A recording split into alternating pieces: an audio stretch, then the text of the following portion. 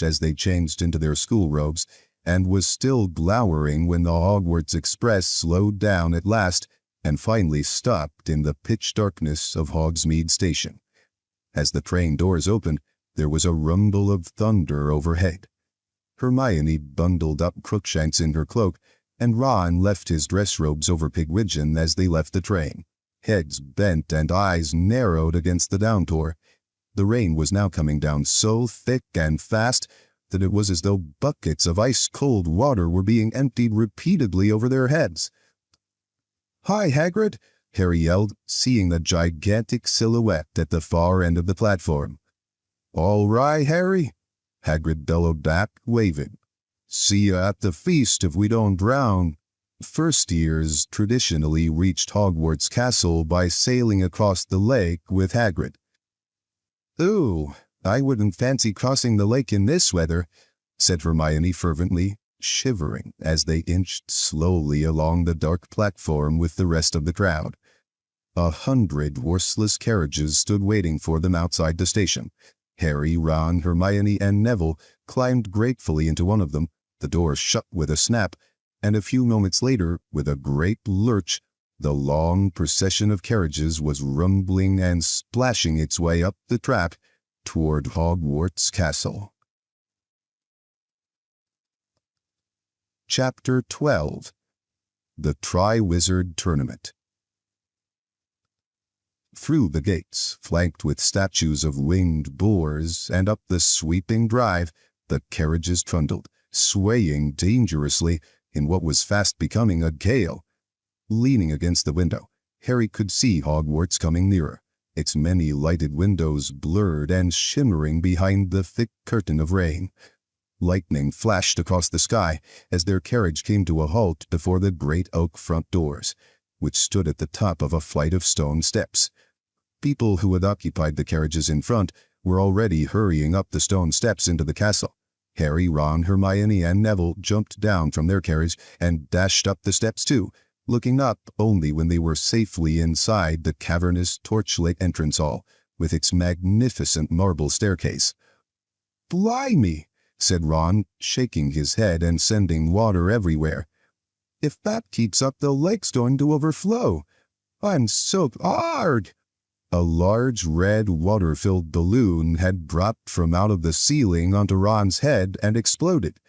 Drenched and sputtering, Ron staggered sideways into Harry, just as a second water bomb dropped, narrowly missing Hermione. It burst at Harry's feet, sending a wave of cold water over his sneakers into his socks. People all around them shrieked and started pushing one another in their efforts to get out of the line of fire. Harry looked up and saw floating 20 feet above them Peeves the Poltergeist, a little man in a bell-covered hat and orange bow tie, his wide, malicious face contorted with concentration as he took aim again. "Peeves!" yelled an angry voice. "Peeves, come down here at once!"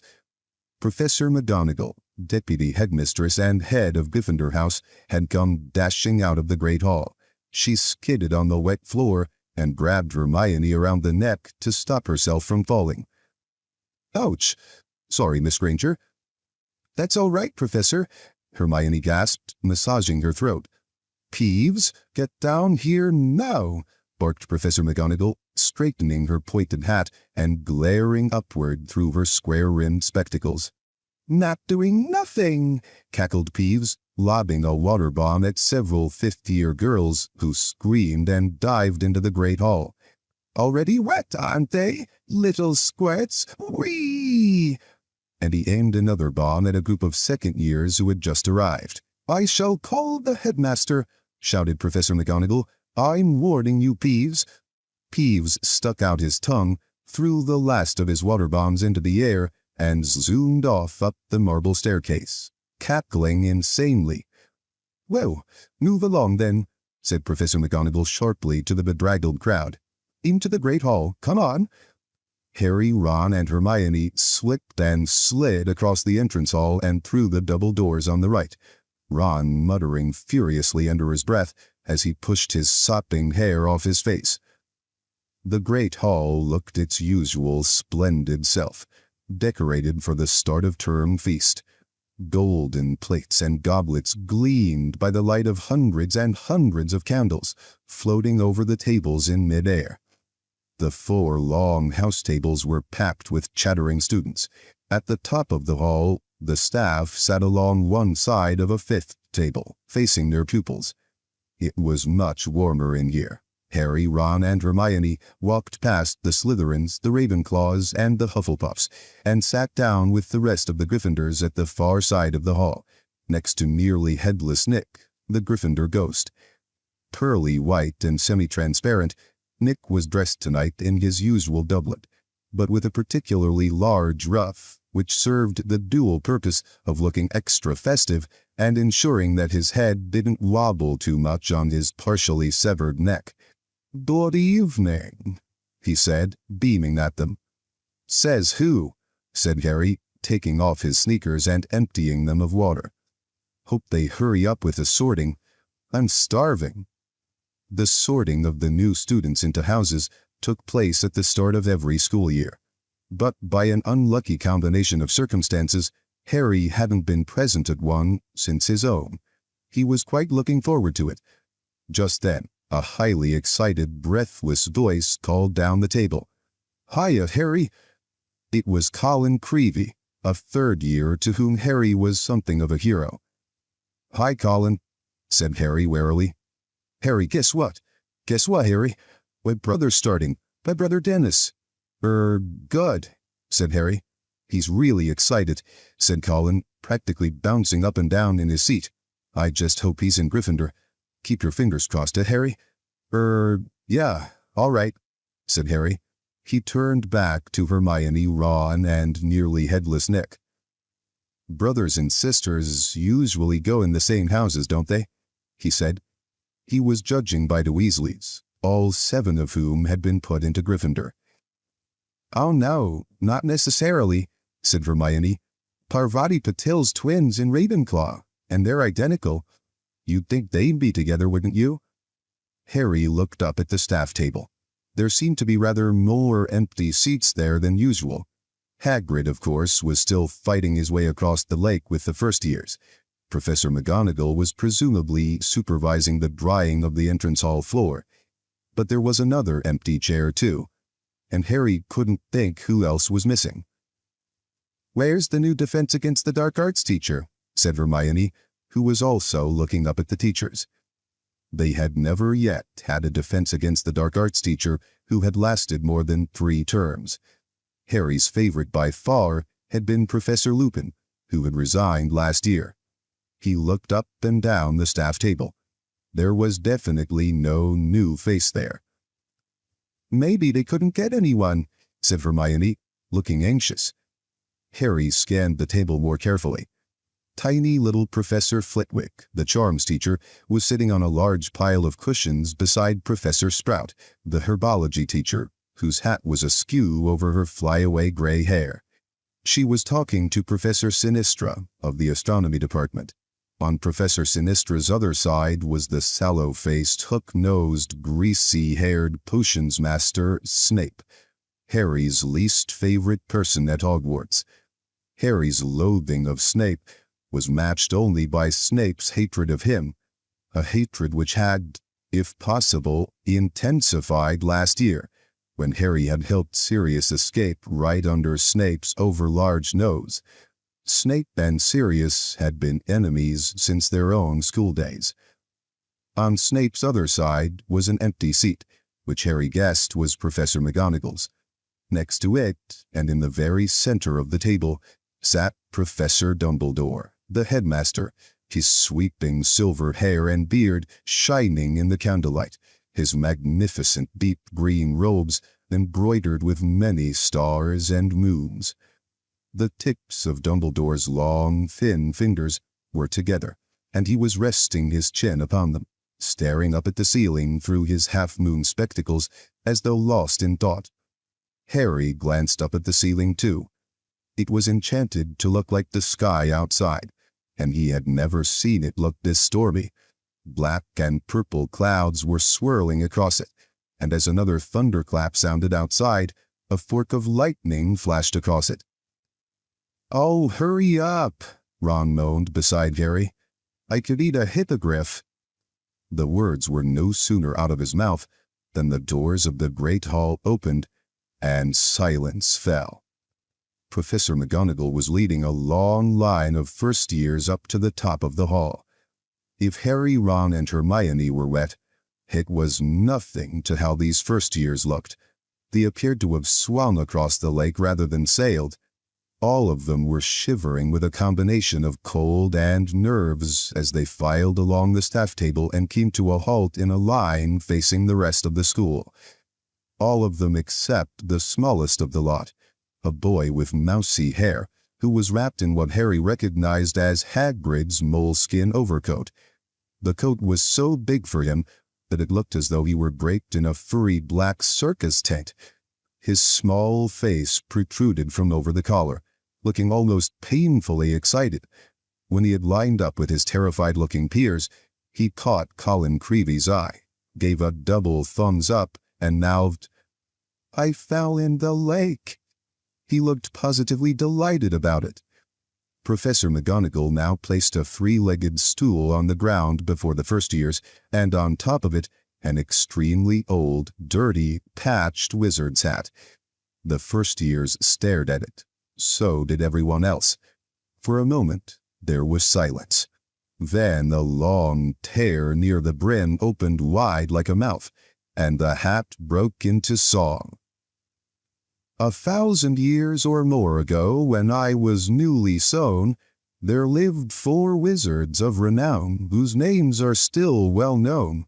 Bold Gryffindor from Wild Moor, fair Ravenclaw from Glen, sweet Hufflepuff from Valley Broad, shrewd Slytherin from Fen.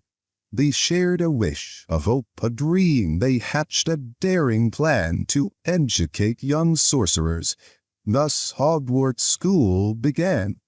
Now each of these 4 founders formed their own house, for each did value different virtues in the ones they had to teach. By Gryffindor the bravest were prized far beyond the rest. For Ravenclaw the cleverest would always be the best. For Hufflepuff hard workers were most worthy of admission, and power-hungry Slytherin loved those of great ambition. While still alive, they did divide their favorites from the throng. Yet how to pick the worthy ones when they were dead and gone? 'Twas Gryffindor who found the way. He whipped me off his head. The founders put some brains in me so I could choose instead. Now slip me snug about your ears. I've never yet been wrong. I'll have a look inside your mind and tell where you belong. The great hall rang with applause as the Sorting Hat finished. That's not the song it sang when it sorted us, said Harry, clapping along with everyone else. Sings a different one every year, said Ron. It's got to be a pretty boring life, hasn't it, being a hat? I suppose it spends all year making up the next one. Professor McGonagall was now unrolling a large scroll of parchment. When I call out your name, you will put on the hat and sit on the stool, she told the first years. When the hat announces your house, you will go and sit at the appropriate table. Ackerley, Stewart. A boy walked forward, visibly trembling from head to foot, picked up the sorting hat, put it on, and sat down on the stool. Ravenclaw, shouted the hat. Stewart Ackerley took off the hat and hurried into a seat at the Ravenclaw table, where everyone was applauding him. Harry caught a glimpse of Cho, the Ravenclaw seeker, cheering Stewart Ackerley as he sat down. For a fleeting second, Harry had a strange desire to join the Ravenclaw table too. Baddock, Malcolm, Slytherin! The table on the other side of the hall erupted with cheers. Harry could see Malfoy clapping as Baddock joined the Slytherins. Harry wondered whether Baddock knew that Slytherin House had turned out more dark witches and wizards than any other. Fred and George hissed Malcolm Baddock as he sat down. Branstone, Eleanor. Hufflepuff. Caldwell, Owen. Hufflepuff. Creevy, Dennis. Tiny Dennis Creevy staggered forward, tripping over Hagrid's moleskin, just as Hagrid himself sidled into the hall through a door behind the teacher's table. About twice as tall as a normal man, and at least 3 times as broad, Hagrid, with his long, wild, tangled black hair and beard, looked slightly alarming, a misleading impression, for Harry, Ron, and Hermione knew Hagrid to possess a very kind nature. He winked at them as he sat down at the end of the staff table and watched Dennis Creevy putting on the sorting hat. The rip at the brim opened wide. "Gryffindor!" the hat shouted. Hagrid clapped along with the Gryffindors as Dennis Creevy, beaming widely, took off the hat, placed it back on the stool, and hurried over to join his brother. "Colin, I fell in," he said shrilly, throwing himself into an empty seat. "It was brilliant, and something in the water grabbed me and pushed me back in the boat." "Cool," said Colin just as excitedly. "It was probably the giant squid, Dennis." "Wow," said Dennis, as though nobody in their wildest dreams could hope for more than being thrown into a storm-tossed fathoms-deep lake and pushed out of it again by a giant sea monster. "Dennis, see that boy down there? The one with the black hair and glasses? See him? Know who he is, Dennis?" Harry looked away, staring very hard at the sorting hat, now sorting Emma Dobbs. The sorting continued. Boys and girls with varying degrees of fright on their faces, moving one by one to the 3-legged stool, the line dwindling slowly as Professor McGonagall passed the L's. "Oh, hurry up," Ron moaned, massaging his stomach. "Now, Ron, the sorting's much more important than food," said Nearly Headless Nick, as, madly, Laura became a Hufflepuff. "Course it is if you're dead," snapped Ron. "I do hope this year's batch of Gryffindors are up to scratch," said Nearly Headless Nick, applauding as MacDonald, Natalie, joined the Gryffindor table. "We don't want to break our winning streak, do we?" Gryffindor had won the Interhouse Championship for the last 3 years in a row. Pritchard, Graham, Slytherin, Quirk, Orla, Ravenclaw, and finally with Whitby, Kevin, Hufflepuff. The sorting ended. Professor McGonagall picked up the hat and the stool and carried them away. "About time," said Ron, seizing his knife and fork and looking expectantly at his golden plate. Professor Dumbledore had gotten to his feet. He was smiling around at the students, his arms opened wide in welcome.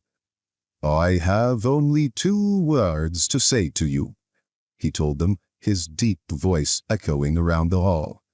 "Tuck in." "Hear, hear," said Harry and Ron loudly as the empty dishes filled magically before their eyes. Nearly Headless Nick watched mournfully as Harry, Ron, and Hermione loaded their own plates.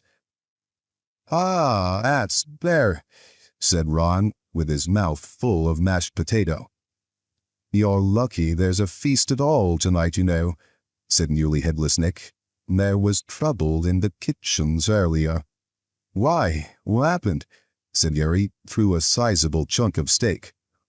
"Peeves, of course," said Nearly Headless Nick, shaking his head, which wobbled dangerously. He pulled his ruff a little higher up on his neck. "The usual argument, you know. He wanted to attend the feast. Well, it's quite out of the question. You know what he's like. Utterly uncivilized. Can't see a plate of food without throwing it. We held a ghosts' council. The fat friar was all for giving him the chance. But most wisely, in my opinion, the Bloody Baron put his foot down." The Bloody Baron was the Slytherin ghost, a gaunt and silent spectre covered in silver bloodstains. He was the only person at Hogwarts who could really control Peeves. "Yeah, we thought Peeves seemed hacked off about something," said Ron darkly. "So what did he do in the kitchens?" "Oh, the usual," said Nearly Headless Nick, shrugging. "Wreaked havoc and mayhem. Pots and pans everywhere. Place swimming in soup. Terrified the house elves out of their wits. Twang!" Hermione had knocked over her golden goblet. Pumpkin juice spread steadily over the tablecloth, staining several feet of white linen orange.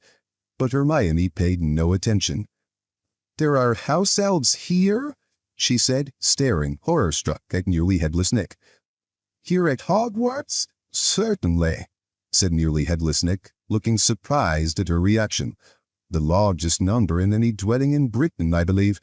Over 100. "I've never seen one," said Hermione. "Well, they hardly ever leave the kitchen by day, do they?" said Nearly Headless Nick. "They come out at night to do a bit of cleaning, see to the fires, and so on. I mean, you're not supposed to see them, are you? That's the mark of a good house elf, isn't it, that you don't know it's there?"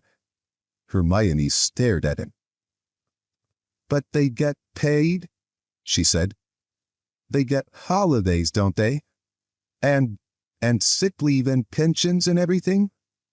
Nearly Headless Nick chortled so much that his ruff slipped and his head flopped off, dangling on the inch or so of ghostly skin and muscle that still attached it to his neck. "Sick leave and pensions," he said, pushing his head back onto his shoulders and securing it once more with his ruff.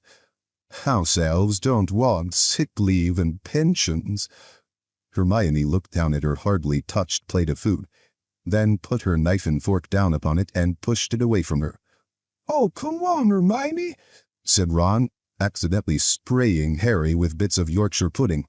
"Oops, sorry, he swallowed. "You won't get them sick leave by starving yourself." "Slave labor," said Hermione, breathing hard through her nose. "That's what made this dinner, slave labor." And she refused to eat another bite. The rain was still drumming heavily against the high, dark glass. Another clap of thunder shook the windows, and the stormy ceiling flashed, illuminating the golden plates as the remains of the first course vanished and were replaced instantly with puddings. "Treacle tart, Hermione," said Ron, deliberately wafting its smell toward her. "Spotted Dick, look! Chocolate gâteau!" But Hermione gave him a look so reminiscent of Professor McGonagall that he gave up. When the puddings, too, had been demolished and the last crumbs had faded off the plates, leaving them sparkling clean, Albus Dumbledore got to his feet again. The buzz of chatter filling the hall ceased almost at once, so that only the howling wind and pounding rain could be heard. "So," said Dumbledore, smiling around at them all, "now that we are all fed and watered—" "Humph," said Hermione, "I must once more ask for your attention, while I give out a few notices. Mr. Filch, the caretaker, has asked me to tell you that the list of objects forbidden inside the castle has this year been extended to include screaming yo-yos, fanged frisbees, and ever-bashing boomerangs. The full list comprises some 437 items, I believe, and can be viewed in Mr. Filch's office, if anybody would like to check it." The corners of Dumbledore's mouth twitched. He continued, "As ever, I would like to remind you all that the forest on the grounds is out of bounds to students, as is the village of Hogsmeade to all below 3rd year. It is also my painful duty to inform you that the Inter-House Quidditch Cup will not take place this year." "What?" Harry gasped. He looked around at Fred and George, his fellow members of the Quidditch team. They were mouthing soundlessly at Dumbledore, apparently too appalled to speak. Dumbledore went on. "This is due to an event that will be starting in October and continuing throughout the school year, taking up much of the teacher's time and energy. But I am sure you will all enjoy it immensely. I have great pleasure in announcing that this year at Hogwarts—" But at that moment there was a deafening rumble of thunder, and the doors of the great hall banged open. A man stood in the doorway, leaning upon a long staff, shrouded in a black traveling cloak. Every head in the great hall swiveled toward the stranger, suddenly brightly illuminated by a fork of lightning that flashed across the ceiling.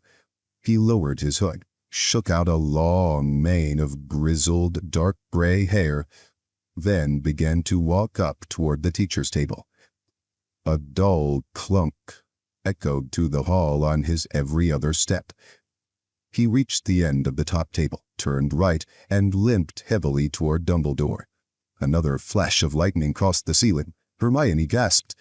The lightning had thrown the man's face into sharp relief, and it was a face unlike any Harry had ever seen. It looked as though it had been carved out of weathered wood by someone who had only the vaguest idea of what human faces are supposed to look like, and was none too skilled with a chisel. Every inch of skin seemed to be scarred. The mouth looked like a diagonal gash, and a large chunk of the nose was missing. But it was the man's eyes that made him frightening. One of them was small, dark, and beady. The other was large, round as a coin, and of vivid electric blue. The blue eye was moving ceaselessly without blinking, and was rolling up, down, and from side to side, quite independently of the normal eye. And then it rolled right over, pointing into the back of the man's head, so that all they could see was whiteness. The stranger reached Dumbledore. He stretched out a hand that was as badly scarred as his face, and Dumbledore shook it, muttering words Harry couldn't hear. He seemed to be making some inquiry of the stranger, who shook his head unsmilingly and replied in an undertone. Dumbledore nodded and gestured the man to the empty seat on his right-hand side. The stranger sat down, shook his mane of dark gray hair out of his face, pulled a plate of sausages toward him, raised it to what was left of his nose, and sniffed it. He then took a small knife out of his pocket, speared a sausage on the end of it, and began to eat. His normal eye was fixed upon the sausages, but the blue eye was still darting restlessly around in its socket, taking in the hall and the students. "May I introduce our new defense against the dark arts, teacher?" said Dumbledore brightly into the silence. "Professor Moody." It was usual for new staff members to be greeted with applause, but none of the staff or students clapped except Dumbledore and Hagrid, who both put their hands together and applauded. But the sound echoed dismally into the silence, and they stopped fairly quickly.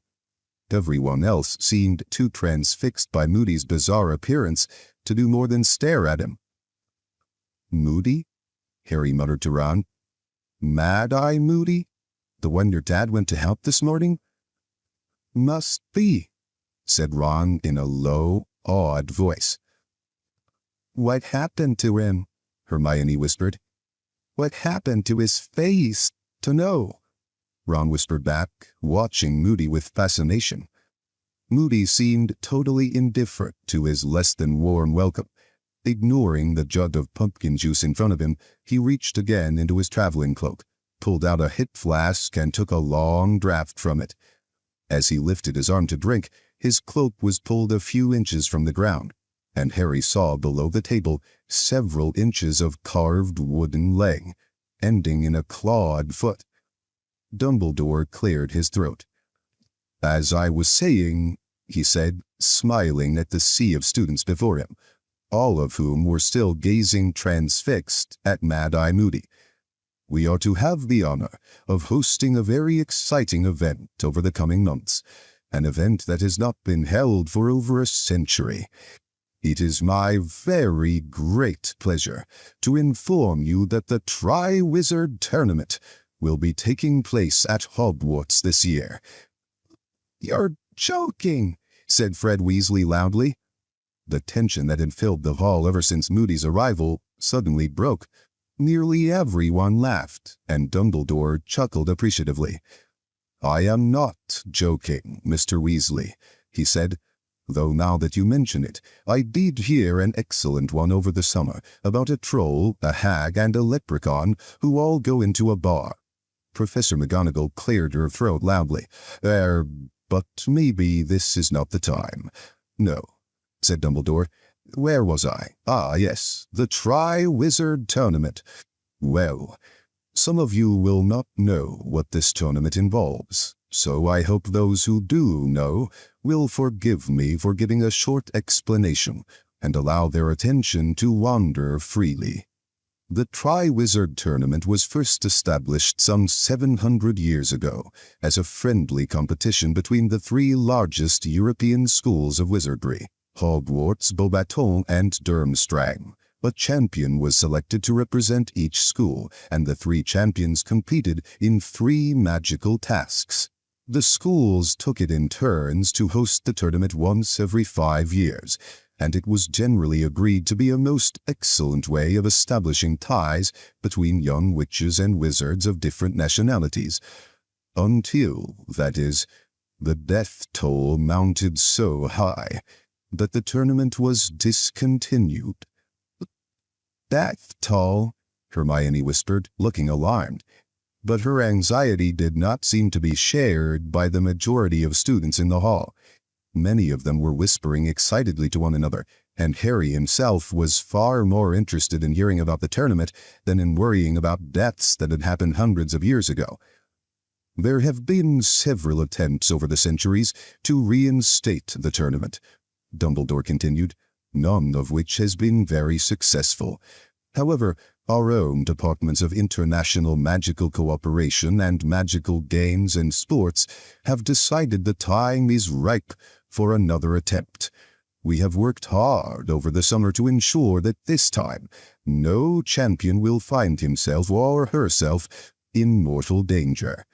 The heads of Beauxbaton and Durmstrang will be arriving with their shortlisted contenders in October, and the selection of the 3 champions will take place at Halloween.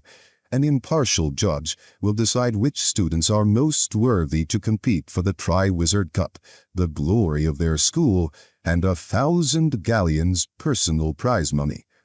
"I'm going for it," Fred Weasley hissed down the table, his face lit with enthusiasm at the prospect of such glory and riches. He was not the only person who seemed to be visualizing himself as the Hogwarts champion. At every house table, Harry could see people either gazing raptly at Dumbledore or else whispering fervently to their neighbors. But then Dumbledore spoke again, and the hall quieted once more. "Eager though I know all of you will be to bring the Triwizard Cup to Hogwarts," he said, "the heads of the participating schools, along with the Ministry of Magic, have agreed to impose an age restriction on contenders this year. Only students who are of age, that is to say 17 years or older, will be allowed to put forward their names for consideration. This," Dumbledore raised his voice slightly, for several people had made noises of outrage at these words, and the Weasley twins were suddenly looking furious, "is a measure we feel is necessary, given that the tournament tasks will still be difficult and dangerous, whatever precautions we take. And it is highly unlikely that students below 6th and 7th year will be able to cope with them. I will personally be ensuring that no underage student hoodwinks our impartial judge into making them Hogwarts champion." His light blue eyes twinkled as they flickered over Fred's and George's mutinous faces. "I therefore beg you not to waste your time submitting yourself if you are under 17. The delegations from Beauxbaton and Durmstrang will be arriving in October and remaining with us for the greater part of this year. I know that you will all extend every courtesy to our foreign guests while they are with us, and will give your wholehearted support to the Hogwarts champion when he or she is selected. And now it is late, and I know how important it is to you all to be alert and rested as you enter your lessons tomorrow morning. Bedtime? Chop chop." Dumbledore sat down again and turned to talk to Mad-Eye Moody. There was a great scraping and banging as all the students got to their feet and swarmed toward the double doors into the entrance hall. "They can't do that," said George Weasley, who had not joined the crowd moving toward the door, but was standing up and glaring at Dumbledore. "We're 17 in April. Why can't we have a shot?" "They're not stopping me entering," said Fred stubbornly. also scowling at the top table. "The champions will get to do all sorts of stuff you'd never be allowed to do normally, and 1,000 galleons prize money." "Yeah," said Ron, a faraway look on his face. "Yeah, 1,000 galleons. Come on," said Hermione. "We'll be the only ones left here if you don't move." Harry, Ron, Hermione, Fred, and George set off for the entrance hall, Fred and George debating the ways in which Dumbledore might stop those who were under 17 from entering the tournament. "Who's this impartial judge who's going to decide who the champions are?" said Harry. "Dunno," said Fred, "but it's them we'll have to fool. I reckon a couple of drops of aging potion might do it, George." "Dumbledore knows you're not of age, though," said Ron. "Yeah, but he's not the one who decides who the champion is he?" said Fred shrewdly. "Sounds to me like once this judge knows who wants to enter, he'll choose the best from each school and never mind how old they are. Dumbledore's trying to stop us giving our names." "People have died, though," said Hermione in a worried voice, as they walked through a door concealed behind a tapestry and started up another, narrower staircase. "Yeah," said Fred airily, "but that was years ago, wasn't it? Anyway, where's the fun without a bit of risk? Hey, Ron, what if we find out how to get round Dumbledore? Fancy entering?" "What do you reckon?" Ron asked Harry. "Be cool to enter, wouldn't it? But I suppose they might want someone older. To know if we've learned enough." "I definitely haven't," came Neville's gloomy voice from behind Fred and George. "I expect my Grand want me to try, though. She's always going on about how I should be upholding the family honor. I'll just have to—" Oops! Neville's foot had sunk right through a step halfway up the staircase. There were many of these trick stairs at Hogwarts. It was second nature to most of the older students to jump this particular step, but Neville's memory was notoriously poor. Harry and Ron seized him under the armpits and pulled him out, while a suit of armor at the top of the stairs creaked and clanked, laughing wheezily. "Shut it, you," said Ron, banging down its visor as they passed. They made their way up to the entrance to Gryffindor Tower, which was concealed behind a large portrait of a fat lady in a pink silk dress. "Password," she said as they approached. "Balderdash," said George. "A prefect downstairs told me." The portrait swung forward to reveal a hole in the wall through which they all climbed. A crackling fire warmed the circular common room, which was full of squashy armchairs and tables. Hermione cast the merrily dancing flames a dark look, and Harry distinctly heard her mutter, "Slave labor," before bidding them good night and disappearing through the doorway to the girls' dormitory. Harry, Ron, and Neville climbed up the last spiral staircase until they reached their own dormitory, which was situated at the top of the tower. 5 four-poster beds with deep crimson hangings stood against the walls, each with its owner's trunk at the foot. Dean and Seamus were already getting into bed. Seamus had pinned his Ireland rosette to his headboard, and Dean had tacked up a poster of Victor Crumb over his bedside table. His old poster of the West Ham football team was pinned right next to it. "Mental," Ron sighed, shaking his head at the completely stationary soccer players. Harry, Ron, and Neville got into their pajamas and into bed. Someone, a house elf no doubt, had placed warming pans between the sheets. It was extremely comfortable, lying there in bed and listening to the storm raging outside. "I might go in for it, you know," Ron said sleepily through the darkness. "If Fred and George find out how to... the tournament. You never know, do you?" "S'pose not." Harry rolled over in bed, a series of dazzling new pictures forming in his mind's eye. He had hoodwinked the impartial judge into believing he was 17. He had become Hogwarts champion. He was standing on the grounds, his arms raised in triumph in front of the whole school, all of whom were applauding and screaming. He had just won the Triwizard Tournament. Cho's face stood out particularly clearly in the blurred crowd, her face glowing with admiration. Harry grinned into his pillow, exceptionally glad that Ron couldn't see what he could. Chapter 13. Mad-Eye Moody. The storm had blown itself out by the following morning, though the ceiling in the great hall was still gloomy. Heavy clouds of pewter gray swirled overhead as Harry, Ron, and Hermione examined their new course schedules at breakfast. A few seats along, Fred, George, and Lee Jordan were discussing magical methods of aging themselves and bluffing their way into the Triwizard Tournament. "Today's not bad. Outside all morning," said Ron, who was running his finger down the Monday column of his schedule. "Herbology with the Hufflepuffs and care of magical creatures. Damn it, we're still with the Slytherins." "Double divination this afternoon," Harry groaned, looking down. Divination was his least favorite subject, apart from potions. Professor Trelawney kept predicting Harry's death, which he found extremely annoying. "You should have given it up like me, shouldn't you?" said Hermione briskly, buttering herself some toast. "Then you'd be doing something sensible, like arithmancy." "You're eating again, I notice," said Ron, watching Hermione adding liberal amounts of jam to her toast, too. "I've decided there are better ways of making a stand about elf rights," said Hermione haughtily. "Yeah. And you were hungry," said Ron, grinning.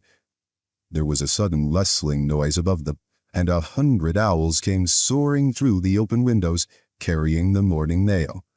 Instinctively, Harry looked up, but there was no sign of light among the mass of brown and gray. The owls circled the tables, looking for the people to whom their letters and packages were addressed. A large tawny owl soared down to Neville Longbottom and deposited a parcel into his lap. Neville almost always forgot to pack something. On the other side of the hall, Draco Malfoy's Ego Owl had landed on his shoulder, carrying what looked like his usual supply of sweets and cakes from home. Trying to ignore the sinking feeling of disappointment in his stomach, Harry returned to his porridge. Was it possible that something had happened to Hedwig, and that Sirius hadn't even got his letter? His preoccupation lasted all the way across the sodden vegetable patch until they arrived in Greenhouse 3. But here he was distracted by Professor Sprout showing the class the ugliest plants Harry had ever seen. Indeed, they looked less like plants than thick, black, giant slugs protruding vertically out of the soil. Each was squirming slightly and had a number of large, shiny swellings upon it, which appeared to be full of liquid. "Boobotubers," Professor Sprout told them briskly. "They need squeezing. You will collect the pus." "The what?" said Seamus Finnegan, sounding revolted. "Pus, Finnegan, pus," said Professor Sprout, "and it's extremely valuable, so don't waste it. You will collect the pus, I say, in these bottles. Wear your dragonhide gloves. It can do funny things to the skin when undiluted, boobotuber pus."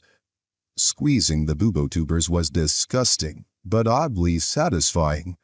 As each swelling was popped, a large amount of thick yellowish-green liquid burst forth, which smelled strongly of petrol. They caught it in the bottles, as Professor Sprout had indicated, and by the end of the lesson had collected several pints. "This'll keep Madame Pumphrey happy," said Professor Sprout, stoppering the last bottle with a cork. "An excellent remedy for the more stubborn forms of acne, boobotuber pus. Should stop students resorting to desperate measures to rid themselves of pimples." "Like poor Eloise Midgen," said Hannah Abbott, a Hufflepuff, in a hushed voice. "She tried to curse hers off." "Silly girl," said Professor Sprout, shaking her head. "But Madame Pumphrey fixed her nose back on in the end." A booming bell echoed from the castle across the wet grounds, signaling the end of the lesson, and the class separated. The Hufflepuffs climbing the stone steps for Transfiguration, and the Gryffindors heading in the other direction down the sloping lawn toward Hagrid's small wooden cabin, which stood on the edge of the forbidden forest.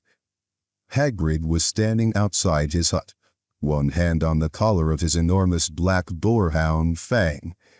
There were several open wooden crates on the ground at his feet, and Fang was whimpering and straining at his collar, apparently keen to investigate the contents more closely. As they drew nearer, an odd rattling noise reached their ears, punctuated by what sounded like minor explosions. "Morning," Hagrid said, grinning at Harry, Ron, and Hermione. "Better wait for the Slytherins. They won't want to miss this. Blast-ended Scroots." "Come again?" said Ron. Hagrid pointed down into the crates. "Urgh!" squealed Lavender Brown, jumping backward. "Urgh" just about summed up the blast-ended Scroots in Harry's opinion. They looked like deformed, shell-less lobsters, horribly pale and slimy-looking, with legs sticking out in very odd places and no visible heads. There were about 100 of them in each crate, each about 6 inches long, crawling over one another, bumping blindly into the sides of the boxes. They were giving off a very powerful smell of rotting fish. Every now and then, sparks would fly out of the end of a Scroot, and with a small phut, it would be propelled forward several inches. "Only just hatched," said Hagrid proudly, "so you'll be able to raise 'em yourselves. Thought we'd make a bit of a project of it." "And why would we want to raise them?" said a cold voice. The Slytherins had arrived. The speaker was Draco Malfoy. Crabbe and Goyle were chuckling appreciatively at his words. Hagrid looked stumped at the question. "I mean, what do they do?" asked Malfoy. "What is the point of them?" Hagrid opened his mouth, apparently thinking hard. There was a few seconds' pause, then he said roughly, "Tha's next lesson, Malfoy. You're just feeding them today. Now you'll want to try 'em on a few different things. I've never had 'em before, not sure what they'll go for. I got ant eggs and frog livers and a bit of grass snake. Just try 'em out with a bit of each. First pus and now this," muttered Seamus. Nothing but deep affection for Hagrid could have made Harry, Ron, and Hermione pick up squelchy handfuls of frog liver and lower them into the crates to tempt the blast-ended Scroots. Harry couldn't suppress the suspicion that the whole thing was entirely pointless, because the Scroots didn't seem to have mouths. "Ouch!" yelled Dean Thomas after about 10 minutes. "They got me." Hagrid hurried over to him, looking anxious. "Its end exploded," said Dean angrily, showing Hagrid a burn on his hand.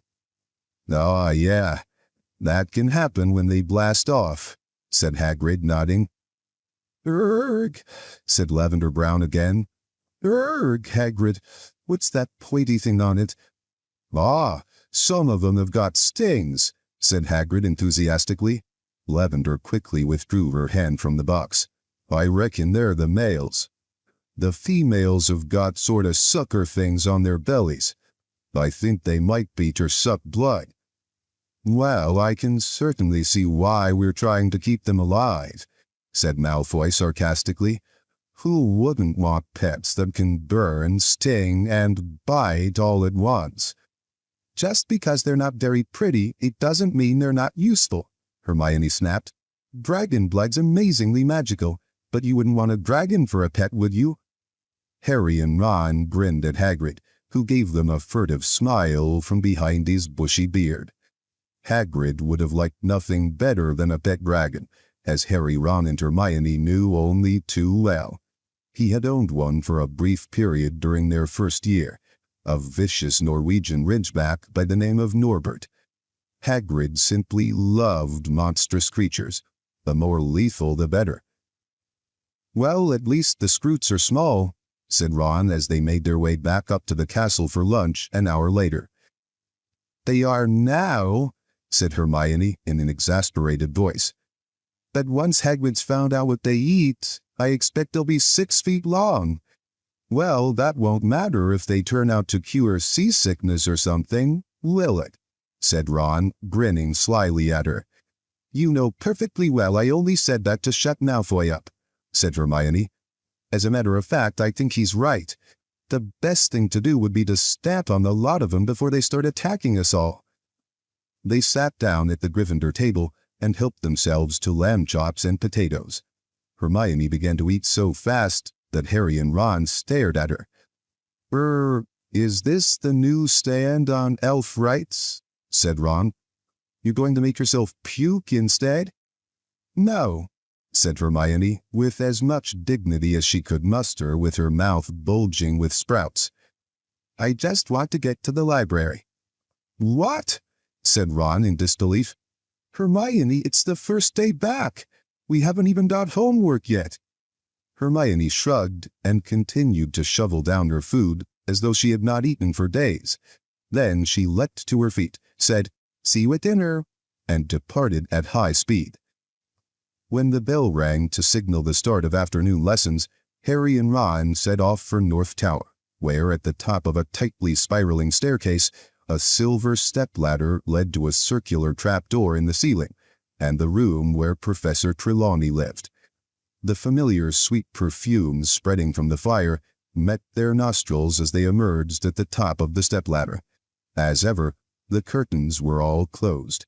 The circular room was bathed in a dim reddish light cast by the many lamps, which were all draped with scarves and shawls. Harry and Ron walked through the mass of occupied chintz chairs and poufs that cluttered the room, and sat down at the same small circular table. "Good day," said the misty voice of Professor Trelawney right behind Harry, making him jump. A very thin woman with enormous glasses that made her eyes appear far too large for her face, Professor Trelawney was peering down at Harry with the tragic expression she always wore whenever she saw him. The usual large amounts of beads, chains, and bangles glittered upon her person in the firelight. "You are preoccupied, my dear," she said mournfully to Harry. "My inner eye sees past your brave face to the troubled soul within, and I regret to say that your worries are not baseless. I see difficult times ahead for you, alas, most difficult.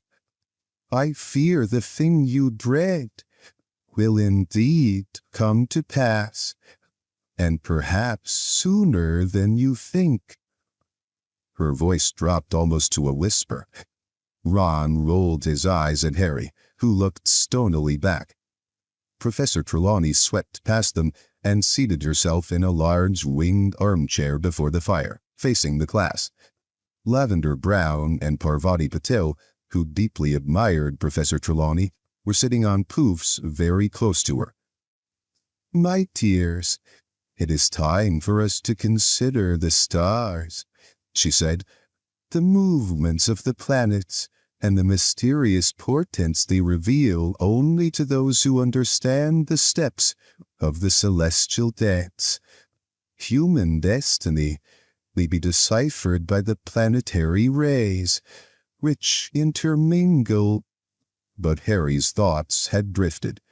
The perfumed fire always made him feel sleepy and dull-witted, and Professor Trelawney's rambling talks on fortune-telling never held him exactly spellbound, though he couldn't help thinking about what she had just said to him. "I fear the thing you dread will indeed come to pass." But Hermione was right, Harry thought irritably. Professor Trelawney really was an old fraud. He wasn't dreading anything at the moment at all. Well, unless you counted his fears that Sirius had been caught. But what did Professor Trelawney know? He had long since come to the conclusion that her brand of fortune-telling was really no more than lucky guesswork and a spooky manner.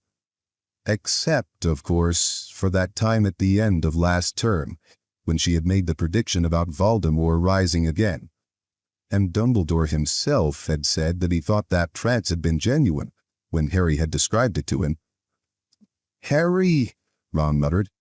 "What?" Harry looked around. The whole class was staring at him. He sat up straight. He had been almost dozing off, lost in the heat and his thoughts. "I was saying, my dear, that you were clearly born under the baleful influence of Saturn," said Professor Trelawney, a faint note of resentment in her voice at the fact that he had obviously not been hanging on her words. "Born under what, sorry?" said Harry. "Saturn, dear, the planet Saturn," said Professor Trelawney, sounding definitely irritated that he wasn't riveted by this news. "I was saying that Saturn was surely in a position of power in the heavens at the moment of your birth. Your dark hair, your mean stature, tragic losses so young in life. I think I am right in saying, my dear, that you were born in midwinter?" "No," said Harry. "I was born in July." Ron hastily turned his laugh into a hacking cough. Half an hour later, each of them had been given a complicated circular chart and was attempting to fill in the position of planets at their moment of birth. It was dull work, requiring much consultation of timetables and calculation of angles. "I've got 2 Neptunes here," said Harry after a while, frowning down at his piece of parchment. "That can't be right, can it?" "Ah," said Ron, imitating Professor Trelawney's mystical whisper. "When 2 Neptunes appear in the sky, it is a sure sign that a midget in glasses is being born, Harry." Seamus and Dean, who were working nearby, sniggered loudly, though not loudly enough to mask the excited squeals from Lavender Brown. "Oh, Professor, look, I think I've got an unaspected planet. Oh, which one's that, Professor?" "It is Uranus, my dear," said Professor Trelawney, peering down at the chart. "Can I have a look at Uranus too, Lavender?" said Ron. Most unfortunately, Professor Trelawney heard him, and it was this, perhaps, that made her give them so much homework at the end of the class. "A detailed analysis of the way the planetary movements in the coming month will affect you, with reference to your personal chart," she snapped, sounding much more like Professor McGonagall than her usual airy-fairy self. "I want it ready to hand in next Monday, and no excuses." "Miserable old bat," Ron said bitterly as they joined the crowds descending the staircases back to the Great Hall and dinner. "That'll take all weekend, that will." "Lots of homework?" said Hermione brightly, catching up with them. "Professor Vector didn't give us any at all." "Well, bully for Professor Vector," said Ron noodily. They reached the entrance hall, which was packed with people queuing for dinner. They had just joined the end of the line when a loud voice rang out behind them. "Weasley! Hey, Weasley!" Harry, Ron, and Hermione turned. Malfoy, Crabbe, and Goyle were standing there, each looking thoroughly pleased about something. "What?" said Ron shortly. "Your dad's in the paper, Weasley," said Malfoy, brandishing a copy of the Daily Prophet and speaking very loudly, so that everyone in the packed entrance hall could hear. "Listen to this. Further mistakes at the Ministry of Magic. It seems as though the Ministry of Magic's troubles are not yet at an end," writes Rita Skeeter, special correspondent. "Recently under fire for its poor crowd control at the Quidditch World Cup, and still unable to account for the disappearance of one of its witches, the ministry was plunged into fresh embarrassment yesterday by the antics of Arnold Weasley of the Misuse of Muggle Artifacts Office." Malfoy looked up. "Imagine them not even getting his name right, Weasley. It's almost as though he's a complete non-entity, isn't it?" he crowed. Everyone in the entrance hall was listening now. Malfoy straightened the paper with a flourish and read on. Arnold Weasley, who was charged with possession of a flying car 2 years ago, was yesterday involved in a tussle with several Muggle lawkeepers, policemen, over a number of highly aggressive dustbins. Mr. Weasley appears to have rushed to the aid of Mad-Eye Moody, the aged ex-Auror who retired from the Ministry when no longer able to tell the difference between a handshake and attempted murder. Unsurprisingly, Mr. Weasley found upon arrival at Mr. Moody's heavily guarded house that Mr. Moody had once again raised a false alarm. Mr. Weasley was forced to modify several memories before he could escape from the policeman, but refused to answer Daily Prophet questions about why he had involved the Ministry in such an undignified and potentially embarrassing scene. "And there's a picture, Weasley," said Malfoy, flipping the paper over and holding it up. "A picture of your parents outside their house, if you can call it a house. Your mother could do with losing a bit of weight, couldn't she?" Ron was shaking with fury. Everyone was staring at him. "Get stuffed, Malfoy," said Harry. "Come on, Ron." "Oh yeah, you were staying with them this summer, weren't you, Potter?" sneered Malfoy. "So tell me, is his mother really that porky, or is it just the picture?" "You know your mother, Malfoy?" said Harry. Both he and Hermione had grabbed the back of Ron's robes to stop him from launching himself at Malfoy. "That expression she's got, like she's got dung under her nose? Has she always looked like that? Or was it just because you were with her?" Malfoy's pale face went slightly pink. "Don't you dare insult my mother, Potter." "Keep your fat mouth shut then," said Harry, turning away. Bang! Several people screamed. Harry felt something white-hot graze the side of his face. He plunged his hand into his robes for his wand, but before he'd even touched it, he heard a second loud bang and a roar that echoed through the entrance hall. "Oh, no you don't, laddie." Harry spun around. Professor Moody was limping down the marble staircase.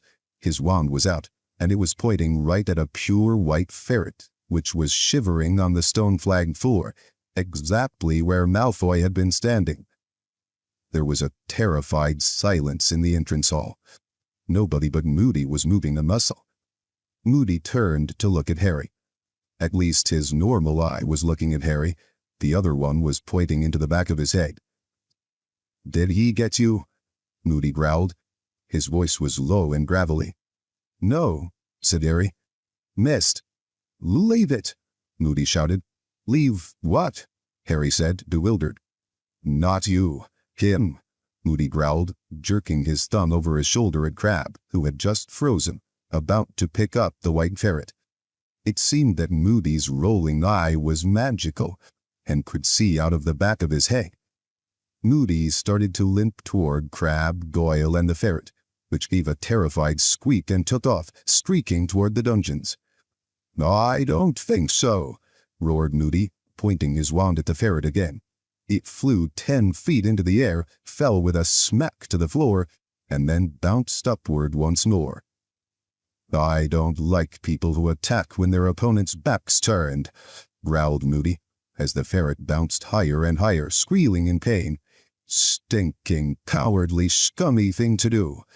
The ferret flew through the air, its legs and tail flailing helplessly. "Never do that again," said Moody, speaking each word as the ferret hit the stone floor and bounced upward again. "Professor Moody," said a shocked voice. Professor McGonagall was coming down the marble staircase with her arms full of books. "Hello, Professor McGonagall," said Moody calmly, bouncing the ferret still higher. What are you doing?" said Professor McGonagall, her eyes following the bouncing ferret's progress through the air. "Teaching," said Moody. "Teach? Moody, is that a student?" shrieked Professor McGonagall, the books spilling out of her arms. "Yep," said Moody. "No!" cried Professor McGonagall, running down the stairs and pulling out her wand. A moment later, with a loud, snapping noise, Draco Malfoy had reappeared, lying in a heap on the floor, with his sleek blonde hair all over his now brilliantly pink face. He got to his feet, wincing. "Moody, we never use transfiguration as a punishment," said Professor McGonagall weakly. "Surely Professor Dumbledore told you that?" "He might have mentioned it, yeah," said Moody, scratching his chin unconcernedly. "But I thought a good sharp shock—" "We give detentions, Moody, or speak to the offender's head of house." "I'll do that, then," said Moody, staring at Malfoy with great dislike. Malfoy, whose pale eyes were still watering with pain and humiliation, looked malevolently up at Moody and muttered something in which the words, "my father," were distinguishable. "Oh, yeah?" said Moody quietly, limping forward a few steps, the dull clunk of his wooden leg echoing around the hall. "Well, I know your father of old, boy. You tell him Moody's keeping a close eye on his son. You tell him that from me. Now, your head of house'll be Snape, will it?" "Yes," said Malfoy resentfully. "Another old friend," growled Moody. "I've been looking forward to a chat with old Snape. Come on, you." And he seized Malfoy's upper arm and marched him off toward the dungeons. Professor McGonagall stared anxiously after them for a few moments, then waved her wand at her fallen books, causing them to soar up into the air and back into her arms. "Don't talk to me," Ron said quietly to Harry and Hermione as they sat down at the Gryffindor table a few minutes later, surrounded by excited talk on all sides about what had just happened. "Why not?" said Hermione in surprise. "Because I want to fix that in my memory forever," said Ron, his eyes closed and an uplifted expression on his face. "Draco Malfoy, the amazing bouncing ferret." Harry and Hermione both laughed, and Hermione began doling beef casserole onto each of their plates. "He could have really hurt Malfoy, though," she said. "It was good, really, that Professor McGonagall stopped it." "Hermione," said Ron furiously, his eyes snapping open again. "You're ruining the best moment of my life." Hermione made an impatient noise and began to eat at top speed again. "Don't tell me you're going back to the library this evening," said Harry, watching her. "Got to," said Hermione thickly. "Loads to do."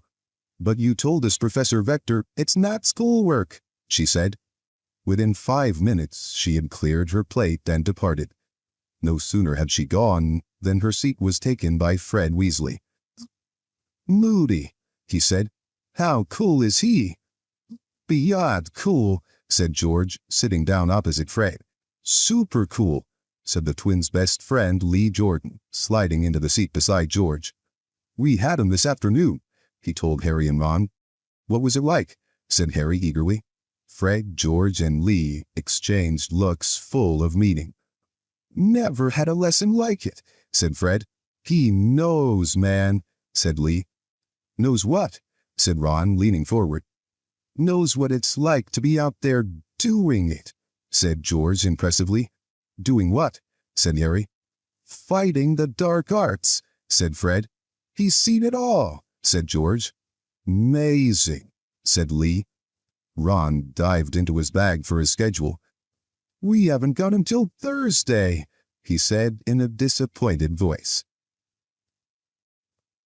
Chapter 14.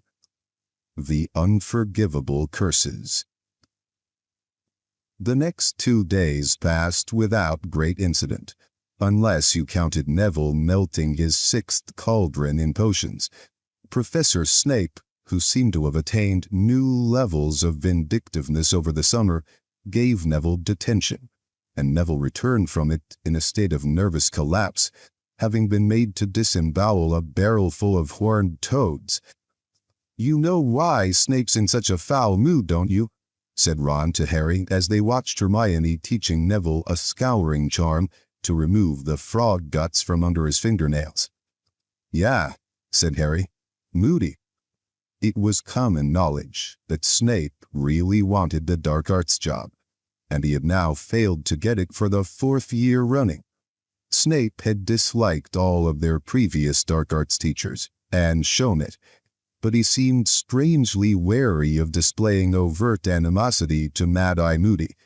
Indeed, whenever Harry saw the two of them together, at mealtimes or when they passed in the corridors, he had the distinct impression that Snape was avoiding Moody's eye, whether magical or normal. I reckon Snape's a bit scared of him, you know, Harry said thoughtfully. Imagine if Moody turned Snape into a horned toad, said Ron, his eyes misting over, and bounced him all around his dungeon. The Gryffindor 4th years were looking forward to Moody's first lesson so much that they arrived early on Thursday lunchtime and queued up outside his classroom before the bell had even rung. The only person missing was Hermione, who turned up just in time for the lesson. Been in the library. Harry finished her sentence for her. Come on, quick, or we won't get decent seats. They hurried into 3 chairs right in front of the teacher's desk, took out their copies of The Dark Forces, a guide to self-protection, and waited, unusually quiet. Soon they heard Moody's distinctive clunking footsteps coming down the corridor, and he entered the room, looking as strange and frightening as ever. They could just see his clawed wooden foot protruding from underneath his robes. You can put those away, he growled, stumping over to his desk and sitting down. Those books. You won't need them. They returned the books to their bags, Ron looking excited. Moody took out a register, shook his long mane of grizzled gray hair out of his twisted and scarred face, and began to call out names, his normal eye moving steadily down the list, while his magical eyes swiveled around, fixing upon each student as he or she answered.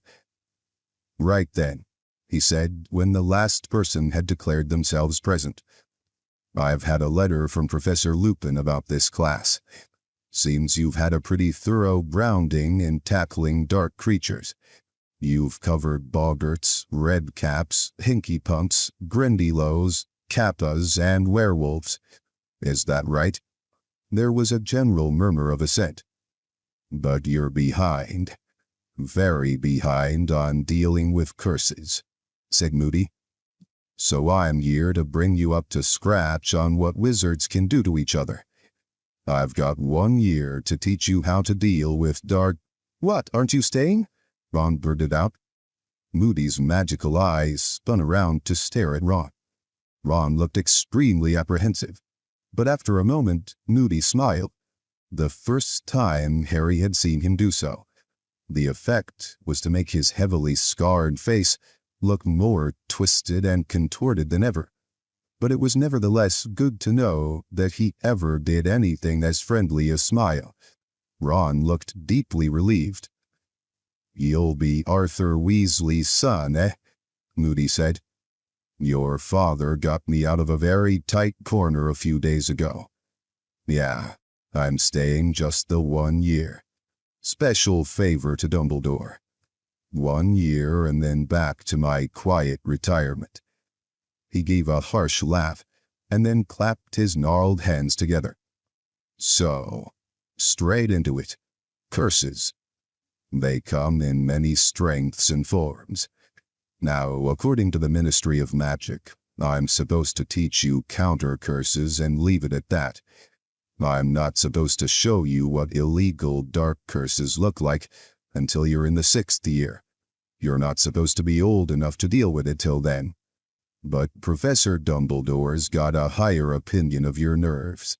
He reckons you can cope. And I say the sooner you know what you're up against, the better. How are you supposed to defend yourself against something you've never seen? A wizard who's about to put an illegal curse on you isn't going to tell you what he's about to do. He's not going to do it nice and polite to your face. You need to be prepared. You need to be alert and watchful. You need to put that away, Miss Brown, when I'm talking." Lavender jumped and blushed. She had been showing Parvati her completed horoscope under the desk. Apparently, Moody's magical eye could see through solid wood, as well as out of the back of his head. "So, do any of you know which curses are most heavily punished by wizarding law?" Several hands rose tentatively into the air, including Ron's and Hermione's. Moody pointed at Ron, though his magical eye was still fixed on Lavender. Said Ron tentatively. "My dad told me about one. Is it called the Imperious Curse or something?" "Ah, yes," said Moody appreciatively. "Your father would know that one. Gave the ministry a lot of trouble at one time, the Imperious Curse." Moody got heavily to his mismatched feet, opened his desk drawer, and took out a glass jar. 3 large black spiders were scuttling around inside it. Harry felt Ron recoil slightly next to him. Ron hated spiders. Moody reached into the jar, caught one of the spiders, and held it in the palm of his hand so that they could all see it. He then pointed his wand at it and muttered, "Imperio." The spider leapt from Moody's hand on a fine thread of silk and began to swing backward and forward as though on a trapeze. It stretched out its legs rigidly, then did a backflip, breaking the thread and landing on the desk, where it began to cartwheel in circles. Moody jerked his wand, and the spider rose onto 2 of its hind legs and went into what was unmistakably a tap dance. Everyone was laughing. Everyone except Moody. "Think it's funny, do you?" he growled. "You'd like it, would you, if I did it to you?" The laughter died away almost instantly. "Total control," said Moody quietly, as the spider balled itself up and began to roll over and over. "I could make it jump out of the window, drown itself, throw itself down one of your throats." Ron gave an involuntary shudder. "Years back, there were a lot of witches and wizards being controlled by the Imperious Curse," said Moody, and Harry knew he was talking about the days in which Voldemort had been all-powerful. Some job for the ministry, trying to sort out who was being forced to act and who was acting of their own free will. The Imperious Curse can be fought, and I'll be teaching you how, but it takes real strength of character, and not everyone's got it. Better avoid being hit with it if you can. Constant vigilance," he barked, and everyone jumped. Moody picked up the somersaulting spider and threw it back into the jar. "Anyone else know one? Another illegal curse?" Hermione's hand flew into the air again, and so, to Harry's slight surprise, did Neville's. The only class in which Neville usually volunteered information was herbology, which was easily his best subject. Neville looked surprised at his own daring. "Yes," said Moody, his magical eye rolling right over to fix on Neville. "There's one. The Cruciatus curse," said Neville in a small but distinct voice. Moody was looking very intently at Neville, this time with both eyes. "Your name's Longbottom?" he said, his magical eyes swooping down to check the register again. Neville nodded nervously, but Moody made no further inquiries. Turning back to the class at large, he reached into the jar for the next spider and placed it upon the desktop, where it remained motionless, apparently too scared to move. "The Cruciatus curse," said Moody. "Needs to be a bit bigger for you to get the idea," he said, pointing his wand at the spider. "And Gorgio." The spider swelled. It was now larger than a tarantula. Abandoning all pretense, Ron pushed his chair backward, as far away from Moody's desk as possible. Moody raised his wand again, pointed it at the spider, and muttered, "Crucio." At once the spider's legs bent in upon its body. It rolled over and began to twitch horribly, rocking from side to side. No sound came from it, but Harry was sure that if it could have given voice, it would have been screaming. Moody did not remove his wand, and the spider started to shudder and jerk more violently. "Stop it!" Hermione said shrilly. Harry looked around at her. She was looking not at the spider but at Neville, and Harry, following her gaze, saw that Neville's hands were clenched upon the desk in front of him, his knuckles white, his eyes wide and horrified. Moody raised his wand. The spider's legs relaxed, but it continued to twitch. "Reducio," Moody muttered, and the spider shrank back to its proper size. He put it back into the jar. "Pain," said Moody softly. "You don't need thumbscrews or knives to torture someone if you can perform the Cruciatus curse. That one was very popular once, too." "Right. Anyone know any others?" Harry looked around. From the looks on everyone's faces, he guessed they were all wondering what was going to happen to the last spider. Hermione's hand shook slightly as, for the third time, she raised it into the air. "Yes," said Moody, looking at her. "Avada Kedavra," Hermione whispered. Several people looked uneasily around at her, including Ron. "Ah," said Moody, another slight smile twisting his lopsided mouth. "Yes, the last and worst. Avada Kedavra. The killing curse." He put his hand into the glass jar, and almost as though it knew what was coming, the third spider scuttled frantically around the bottom of the jar, trying to evade Moody's fingers, but he trapped it and placed it upon the desktop. It started to scuttle frantically across the wooden surface. Moody raised his wand, and Harry felt a sudden thrill of foreboding. "Avada Kedavra!" Moody roared. There was a flash of blinding green light and a rushing sound, as though a vast, invisible something was soaring through the air. Instantaneously, the spider rolled over onto its back, unmarked, but unmistakably dead. Several of the students stifled cries. Ron had thrown himself backward and almost toppled off his seat as the spider skidded toward him. Moody swept the dead spider off the desk onto the floor. "Not nice," he said calmly. "Not pleasant. And there's no counter-curse. There's no blocking it. Only one person has ever survived it. And he's sitting right in front of me." Harry felt his face redden as Moody's eyes, both of them, looked into his own. He could feel everyone else looking around at him too. Harry stared at the blank blackboard as though fascinated by it, but not really seeing it at all. So that was how his parents had died. Exactly like that spider. Had they been unblemished and unmarked too? Had they simply seen the flash of green light and heard the rush of speeding death before life was wiped from their bodies?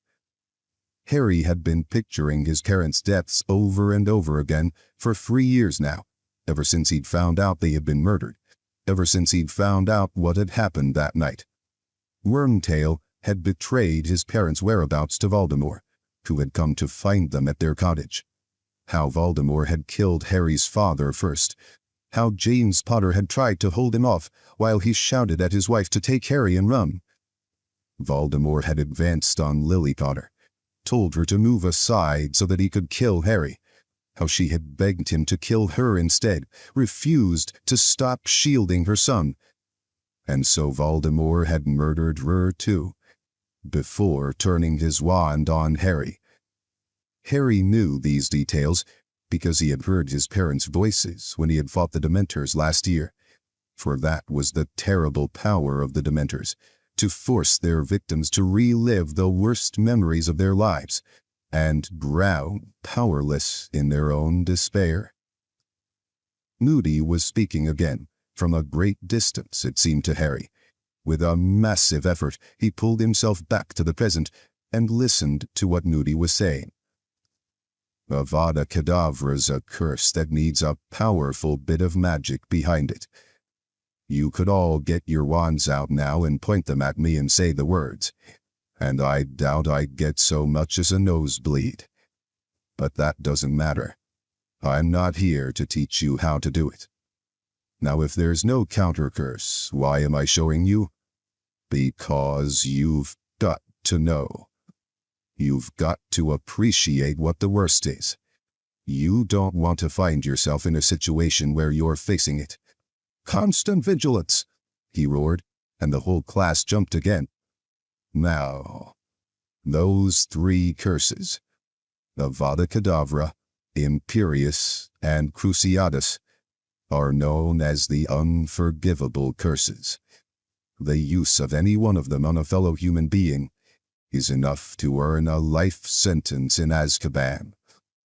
That's what you're up against. That's what I've got to teach you to fight. You need preparing. You need arming. But most of all, you need to practice constant, never-ceasing vigilance. Get out your quills. Copy this down. They spent the rest of the lesson taking notes on each of the unforgivable curses. No one spoke until the bell rang. But when Moody had dismissed them and they had left the classroom, a torrent of talk burst forth. Most people were discussing the curses in awed voices. Did you see it twitch? And when he killed it, just like that? They were talking about the lesson, Harry thought, as though it had been some sort of spectacular show. But he hadn't found it very entertaining. And nor, it seemed, had Hermione. Hurry up, she said tensely to Harry and Ron. Not the ruddy library again, said Ron. No, said Hermione curtly, pointing up a side passage. Neville. Neville was standing alone, halfway up the passage, staring at the stone wall opposite him with the same horrified, wide-eyed look he had worn when Moody had demonstrated the Cruciatus curse. Neville? Hermione said gently. Neville looked around. Oh, hello, he said, his voice much higher than usual. Interesting lesson, wasn't it? I wonder what's for dinner. I'm starving, aren't you? Neville, are you all right? Said Hermione. Oh, yes, I'm fine. Neville gabbled in the same unnaturally high voice. Very interesting dinner, lesson. What's for eating? Ron gave Harry a startled look. Neville, what? But an odd clunking noise sounded behind them, and they turned to see Professor Moody limping toward them. All 4 of them fell silent, watching him apprehensively. But when he spoke, it was in a much lower and gentler growl than they had yet heard. It's all right, Sonny, he said to Neville. Why don't you come up to my office? Come on. We can have a cup of tea. Neville looked even more frightened at the prospect of tea with Moody. He neither moved nor spoke. Moody turned his magical eye upon Harry. You all right, are you, Potter? Yes, said Harry, almost defiantly. Moody's blue eye quivered slightly in its socket as it surveyed Harry. Then he said, You've got to know. It seems harsh, maybe, but you've got to know. No point pretending. Well, come on, Longbottom. I've got some books that might interest you. Neville looked pleadingly at Harry, Ron, and Hermione, but they didn't say anything, so Neville had no choice but to allow himself to be steered away, one of Moody's gnarled hands on his shoulder. What was that about? Said Ron, watching Neville and Moody turn the corner. I don't know, said Hermione, looking pensive. Some lesson, though, eh? Said Ron to Harry as they set off for the Great Hall. Fred and George were right, weren't they? He really knows his stuff, Moody, doesn't he? When he did Avada Kedavra, the way that spider just died, just snuffed it right. But Ron fell suddenly silent at the look on Harry's face, and didn't speak again until they reached the Great Hall, when he said he supposed they had better make a start on Professor Trelawney's predictions tonight, since they would take hours. Hermione did not join in with Harry and Ron's conversation during dinner, but ate furiously fast, and then left for the library again. Harry and Ron walked back to Gryffindor Tower, and Harry, who had been thinking of nothing else all through dinner, now raised the subject of the unforgivable curses himself. Wouldn't Moody and Dumbledore be in trouble with the Ministry if they knew we'd seen the curses? Harry asked as they approached the fat lady. Yeah, probably, said Ron. But Dumbledore's always done things his way, hasn't he? And Moody's been getting in trouble for years, I reckon. Attacks first and asks questions later. Look at his dustbins. Boulder Dash. The fat lady swung forward to reveal the entrance hole, and they climbed into the Gryffindor common room, which was crowded and noisy. Shall we get our divination stuff then? Said Harry. I suppose, Ron groaned. They went up to the dormitory to fetch their books and charts, to find Neville there alone, sitting on his bed reading. He looked a good deal calmer than at the end of Moody's lesson, though still not entirely normal. His eyes were rather red. You all right, Neville? Harry asked him. Oh, yes, said Neville. I'm fine, thanks. Just reading this book Professor Moody lent me. He held up the book. Magical Water Plants of the Mediterranean. Apparently, Professor Sprout told Professor Moody I'm really good at herbology, Neville said. There was a faint note of pride in his voice that Harry had rarely heard there before. He thought I'd like this. Telling Neville what Professor Sprout had said, Harry thought, had been a very tactful way of cheering Neville up, for Neville very rarely heard that he was good at anything. It was the sort of thing Professor Lupin would have done. Harry and Ron took their copies of Unfogging the Future back down to the common room, found a table, and set to work on their predictions for the coming month. An hour later, they had made very little progress, though their table was littered with bits of parchment bearing sums and symbols, and Harry's brain was as fogged as though it had been filled with the fumes from Professor Trelawney's fire. I haven't got a clue what this lot's supposed to mean, he said, staring down at a long list of calculations. You know, said Ron, whose hair was on end because of all the times he had run his fingers through it in frustration. I think it's back to the old divination standby. What? Make it up? Yeah, said Ron, sweeping the jumble of scrawled notes off the table, dipping his pen into some ink, and starting to write. Next Monday, he said as he scribbled, I am likely to develop a cough, owing to the unlucky conjunction of Mars and Jupiter. He looked up at Harry. You know her. Just put in loads of misery, she'll lap it up. Right, said Harry, crumpling up his first attempt and lobbing it over the heads of a group of chattering first-years into the fire. Okay. On Monday, I will be in danger of, burns. Yeah, you will be, said Ron darkly. We're seeing the Scroots again on Monday.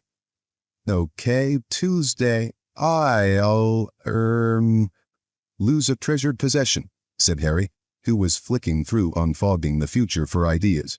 Good one, said Ron, copying it down. Because of, Mercury. Why don't you get stabbed in the back by someone you thought was a friend? Yeah, cool, said Harry, scribbling it down. Because Venus is in the 12th house. And on Wednesday, I think I'll come off worst in a fight. I was going to have a fight. Okay, I'll lose a bet. Yeah, you'll be betting I'll win my fight. They continued to make up predictions, which grew steadily more tragic, for another hour, while the common room around them slowly emptied as people went up to bed. Crookshanks wandered over to them, leapt lightly into an empty chair, and stared inscrutably at Harry, rather as Hermione might look if she knew they weren't doing their homework properly. Staring around the room, trying to think of a kind of misfortune he hadn't used yet, Harry saw Fred and George sitting together against the opposite wall, heads together, quills out, poring over a single piece of parchment. It was most unusual to see Fred and George hidden away in a corner and working silently.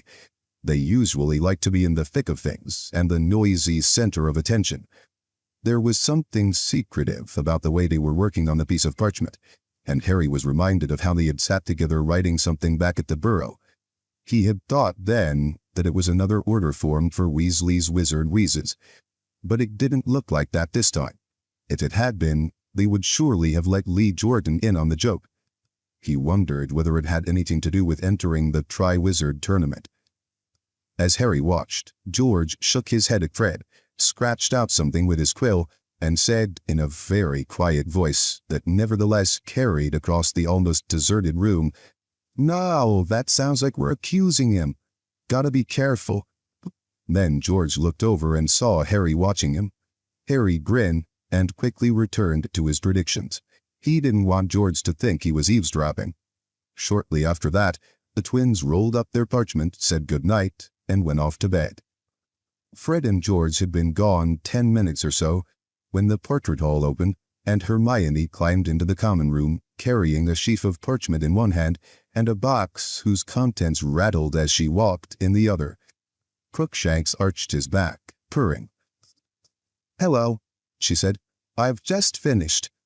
"So have I," said Ron triumphantly, throwing down his quill. Hermione sat down, laid the things she was carrying in an empty armchair, and pulled Ron's predictions toward her. "Not going to have a very good month, are you?" she said sardonically, as Crookshanks curled up in her lap. "Oh well, at least I'm forewarned," Ron yawned. "You seem to be drowning twice," said Hermione. "Oh, am I?" said Ron, peering down at his predictions. "I'd better change one of them to getting trampled by a rampaging hippogriff." "Don't you think it's a bit obvious you've made these up?" said Hermione. "How dare you?" said Ron in mock outrage. "We've been working like house elves here." Hermione raised her eyebrows. "It's just an expression," said Ron hastily. Harry laid down his quill too, having just finished predicting his own death by decapitation. "What's in the box?" he asked, pointing at it. "Funny you should ask," said Hermione, with a nasty look at Ron. She took off the lid and showed them the contents. Inside were about 50 badges, all of different colors, but all bearing the same letters, S-P-E-W. "Spew?" said Harry, picking up a badge and looking at it. "What's this about?" "Not spew," said Hermione impatiently. "It's S-P-E-W. Stands for the Society for the Promotion of Elfish Welfare." "Never heard of it," said Ron. "Well, of course you haven't," said Hermione briskly. "I've only just started it." "Yeah?" said Ron in mild surprise. "How many members have you got?" "Well, if you two join, 3, said Hermione. "And you think we want to walk around wearing badges saying spew, do you?" said Ron. "S-P-E-W, said Hermione hotly. "I was going to put stop the outrageous abuse of our fellow magical creatures and campaign for a change in their legal status, but it wouldn't fit. So that's the heading of our manifesto." She brandished the sheaf of parchment at them. "I've been researching it thoroughly in the library. Elf enslavement goes back centuries. I can't believe no one's done anything about it before now." "Hermione, open your ears," said Ron loudly. "They like it. They like being enslaved. Our short-term aims," said Hermione, speaking even more loudly than Ron, and acting as though she hadn't heard a word, "are to secure house elves fair wages and working conditions. Our long-term aims include changing the law about non-wand use and trying to get an elf into the Department for the Regulation and Control of Magical Creatures, because they're shockingly underrepresented." "And how do we do all this?" Harry asked. "We start by recruiting members," said Hermione happily. "I thought 2 sickles to join. That buys a badge, and the proceeds can fund our leaflet campaign. You're treasurer, Ron. I've got you a collecting tin upstairs, and Harry, you're secretary, so you might want to write down everything I'm saying now, as a record of our first meeting." There was a pause, in which Hermione beamed at the pair of them, and Harry sat, torn between exasperation at Hermione and amusement at the look on Ron's face. The silence was broken not by Ron, who in any case looked as though he was temporarily dumbstruck, but by a soft tap-tap on the window. Harry looked across the now empty common room and saw, illuminated by the moonlight, a snowy owl perched on the windowsill. "Hedwig!" he shouted, and he launched himself out of his chair and across the room to pull open the window. Hedwig flew inside, soared across the room, and landed on the table on top of Harry's predictions. "About time," said Harry, hurrying after her. "She's got an answer," said Ron excitedly, pointing at the grubby piece of parchment tied to Hedwig's leg. Harry hastily untied it and sat down to read, whereupon Hedwig fluttered onto his knee, hooting softly. "What does it say?" Hermione asked breathlessly. The letter was very short, and looked as though it had been scrawled in a great hurry. Harry read it aloud. "Harry, I'm flying north immediately. This news about your scar is the latest in a series of strange rumors that have reached me here. If it hurts again, go straight to Dumbledore. They're saying he's got Mad-Eye out of retirement, which means he's reading the signs, even if no one else is. I'll be in touch soon. My best to Ron and Hermione. Keep your eyes open, Harry. Sirius." Harry looked up at Ron and Hermione, who stared back at him. "He's flying north?" Hermione whispered. "He's coming back?" "Dumbledore's reading what signs?" said Ron, looking perplexed. "Harry, what's up?" For Harry had just hit himself in the forehead with his fist, jolting Hedwig out of his lap. "I shouldn't have told him," Harry said furiously. "What are you on about?" said Ron in surprise. "It's made him think he's got to come back," said Harry, now slamming his fist on the table so that Hedwig landed on the back of Ron's chair, hooting indignantly. "Coming back because he thinks I'm in trouble, and there's nothing wrong with me. And I haven't got anything for you," Harry snapped at Hedwig, who was clicking her beak expectantly. "You'll have to go up to the owlery if you want food." Hedwig gave him an extremely offended look and took off for the open window, cuffing him around the head with her outstretched wing as she went. "Harry," Hermione began in a pacifying sort of voice. "I'm going to bed," said Harry shortly. "See you in the morning." Upstairs in the dormitory, he pulled on his pajamas and got into his four-poster, but he didn't feel remotely tired. If Sirius came back and got caught, it would be Harry's fault. Why hadn't he kept his mouth shut? A few seconds' pain and he'd have to blab. If he'd just had the sense to keep it to himself. He heard Ron come up into the dormitory a short while later, but did not speak to him. For a long time Harry lay staring up at the dark canopy of his bed. The dormitory was completely silent, and had he been less preoccupied, Harry would have realized that the absence of Neville's usual snores meant that he was not the only one lying awake. Chapter 15. Beaubaton and Durmstrang. Early next morning, Harry woke with a plan fully formed in his mind, as though his sleeping brain had been working on it all night. He got up, dressed in the pale dawn light, left the dormitory without waking Ron, and went back down to the deserted common room. Here he took a piece of parchment from the table upon which his divination homework still lay, and wrote the following letter. Dear Sirius, I reckon I just imagined my scar hurting. I was half asleep when I wrote to you last time. There's no point coming back. Everything's fine here. Don't worry about me. My head feels completely normal. Harry. He then climbed out of the portrait hole, up through the silent castle, held up only briefly by Peeves, who tried to overturn a large vase on him halfway along the fourth-floor corridor, finally arriving at the owlery, which was situated at the top of West Tower. The owlery was a circular stone room, rather cold and drafty, because none of the windows had glass in them. The floor was entirely covered in straw, owl droppings, and the regurgitated skeletons of mice and voles. Hundreds upon hundreds of owls of every breed imaginable were nestled here on perches that rose right up to the top of the tower, nearly all of them asleep, though here and there a round amber eye glared at Harry. He spotted Hedwig nestled between a barn owl and a tawny, and hurried over to her, sliding a little on the dropping-strewn floor. It took him a while to persuade her to wake up, and then to look at him as she kept shuffling around on her perch, showing him her tail. She was evidently still furious about his lack of gratitude the previous night. In the end, it was Harry suggesting she might be too tired, and that perhaps he would ask Ron to borrow Pigwidgeon, that made her stick out her leg and allow him to tie the letter to it. "Just find him, all right?" Harry said, stroking her back as he carried her on his arm to one of the holes in the wall. "Before the Dementors do." She nicked his finger, perhaps rather harder than she would ordinarily have done, but hooted softly in a reassuring sort of way all the same.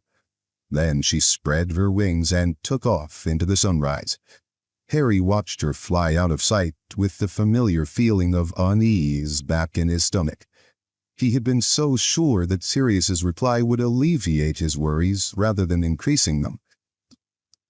"That was a lie, Harry," said Hermione sharply over breakfast when he told her and Ron what he had done.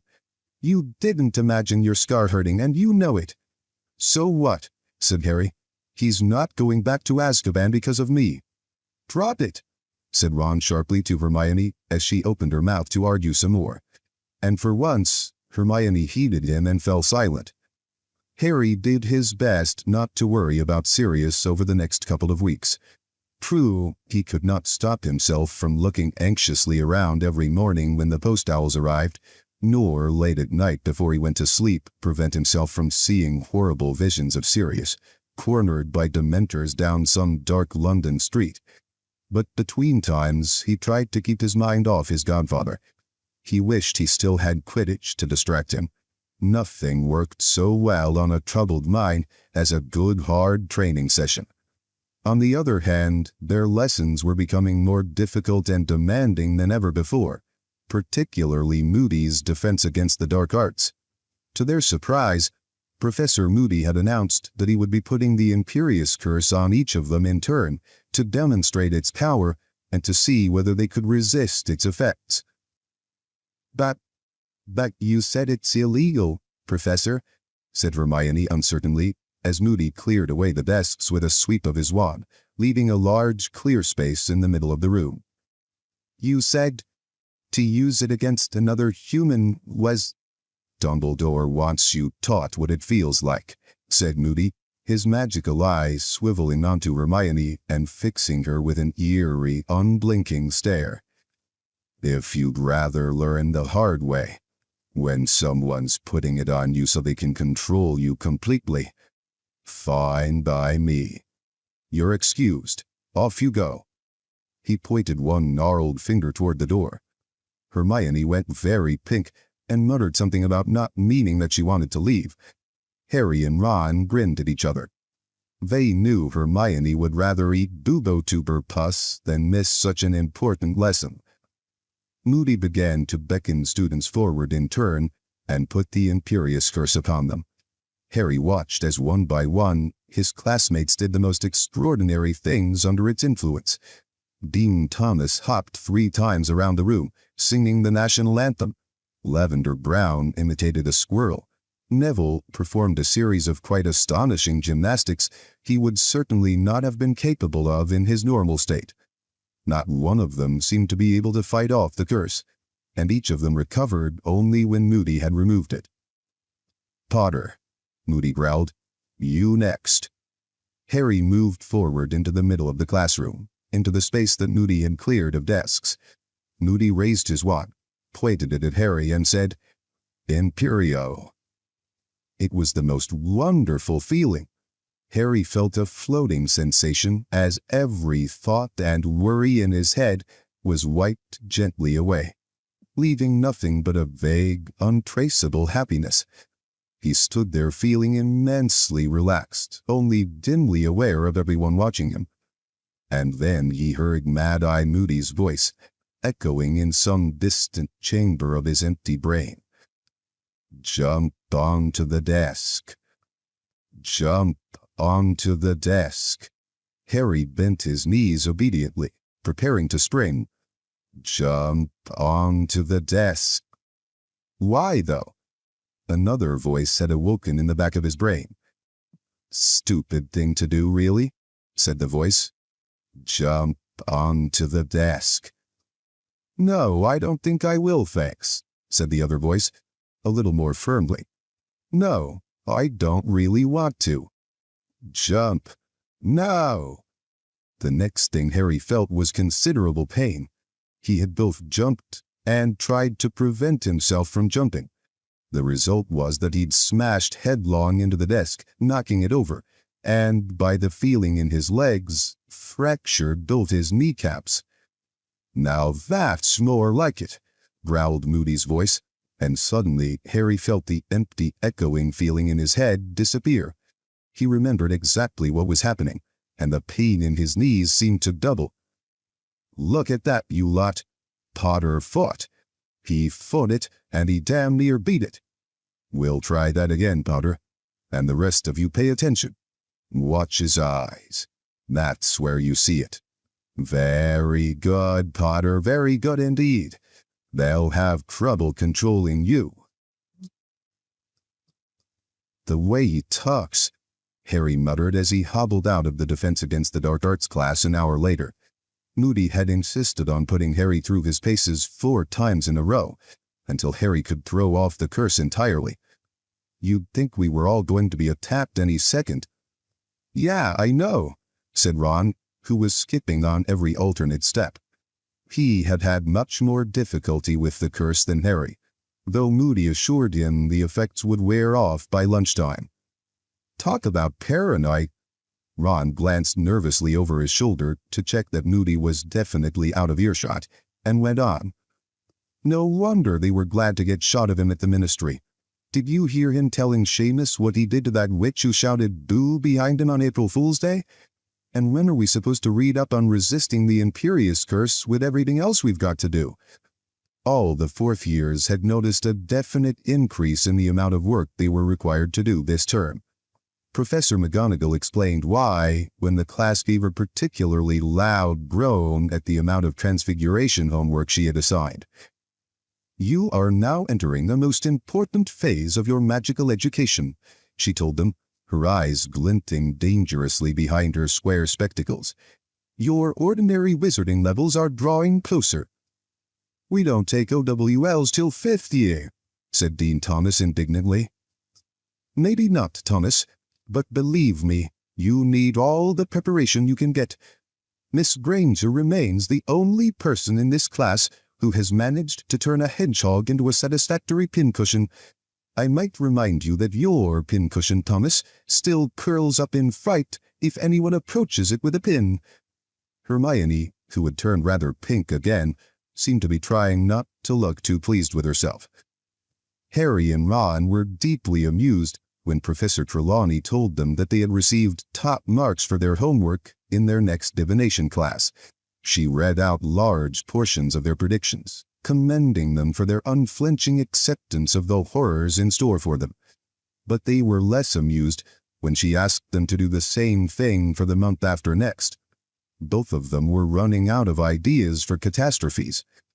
Meanwhile, Professor Binns, the ghost who taught history of magic, had them writing weekly essays on the goblin rebellions of the 18th century. Professor Snape was forcing them to research antidotes. They took this one seriously, as he had hinted that he might be poisoning one of them before Christmas to see if their antidote worked. Professor Flitwick had asked them to read 3 extra books in preparation for their lesson on summoning charms. Even Hagrid was adding to their workload. The blast-ended Scroots were growing at a remarkable pace, given that nobody had yet discovered what they ate. Hagrid was delighted, and as part of their project, suggested that they come down to his hut on alternate evenings to observe the Scroots and make notes on their extraordinary behavior. I will not, said Draco Malfoy flatly, when Hagrid had proposed this with the air of Father Christmas pulling an extra-large toy out of his sack. I see enough of these foul things during lessons, thanks. Hagrid's smile faded off his face. You'll do what you're told, he growled, or I'll be taking a leaf out of Professor Moody's book. I hear you made a good ferret, Malfoy. The Gryffindors roared with laughter. Malfoy flushed with anger. but apparently the memory of Moody's punishment was still sufficiently painful to stop him from retorting. Harry, Ron, and Hermione returned to the castle at the end of the lesson in high spirits. Seeing Hagrid put down Malfoy was particularly satisfying, especially because Malfoy had done his very best to get Hagrid sacked the previous year. When they arrived in the entrance hall, they found themselves unable to proceed owing to the large crowd of students congregated there, all milling around a large sign that had been erected at the foot of the marble staircase. Ron, the tallest of the three, stood on tiptoe to see over the heads in front of them, and read the sign aloud to the other two. Triwizard Tournament. The delegations from Beaubaton and Durmstrang will be arriving at 6 o'clock on Friday the 30th of October. Lessons will end half an hour early. Brilliant, said Harry. It's potions lasting on Friday. Snape won't have time to poison us all. Students will return their bags and books to their dormitories and assemble in front of the castle to greet our guests before the welcoming feast. Only a week away, said Bernie Macmillan of Hufflepuff, emerging from the crowd, his eyes gleaming. I wonder if Cedric knows. Think I'll go and tell him. Cedric? Said Ron blankly as Ernie hurried off. Diggory, said Harry. He must be entering the tournament. That idiot? Hogwarts champion? Said Ron as they pushed their way through the chattering crowd toward the staircase. He's not an idiot. You just don't like him because he beat Gryffindor at Quidditch, said Hermione. I've heard he's a really good student. And he's a prefect. She spoke as though this settled the matter. You only like him because he's handsome, said Ron scathingly. Excuse me, I don't like people just because they're handsome, said Hermione indignantly. Ron gave a loud, false cough, which sounded oddly like Lockhart. The appearance of the sign in the entrance hall had a marked effect upon the inhabitants of the castle. During the following week, there seemed to be only one topic of conversation, no matter where Harry went: the Triwizard Tournament. Rumors were flying from student to student like highly contagious germs. Who was going to try for Hogwarts checking? What the tournament would involve? How the students from Beaubaton and Durmstrang differed from themselves? Harry noticed, too, that the castle seemed to be undergoing an extra thorough cleaning. Several grimy portraits had been scrubbed, much to the displeasure of their subjects, who sat huddled in their frames, muttering darkly and wincing as they felt their raw pink faces. The suits of armor were suddenly gleaming and moving without squeaking, and Argus Filch, the caretaker, was behaving so ferociously to any students who forgot to wipe their shoes that he terrified a pair of first-year girls into hysterics. Other members of the staff seemed oddly tense too. Longbottom, kindly do not reveal that you can't even perform a simple switching spell in front of anyone from Durmstrang, Professor McGonagall barked at the end of one particularly difficult lesson, during which Neville had accidentally transplanted his own ears onto a cactus. When they went down to breakfast on the morning of the 30th of October, they found that the great hall had been decorated overnight. Enormous silk banners hung from the walls, each of them representing a Hogwarts house: red with a gold lion for Gryffindor, blue with a bronze eagle for Ravenclaw, yellow with a black badger for Hufflepuff, and green with a silver serpent for Slytherin. Behind the teacher's table, the largest banner of all bore the Hogwarts coat of arms: lion, eagle, badger, and snake united around a large letter H. Harry, Ron, and Hermione sat down beside Fred and George at the Gryffindor table.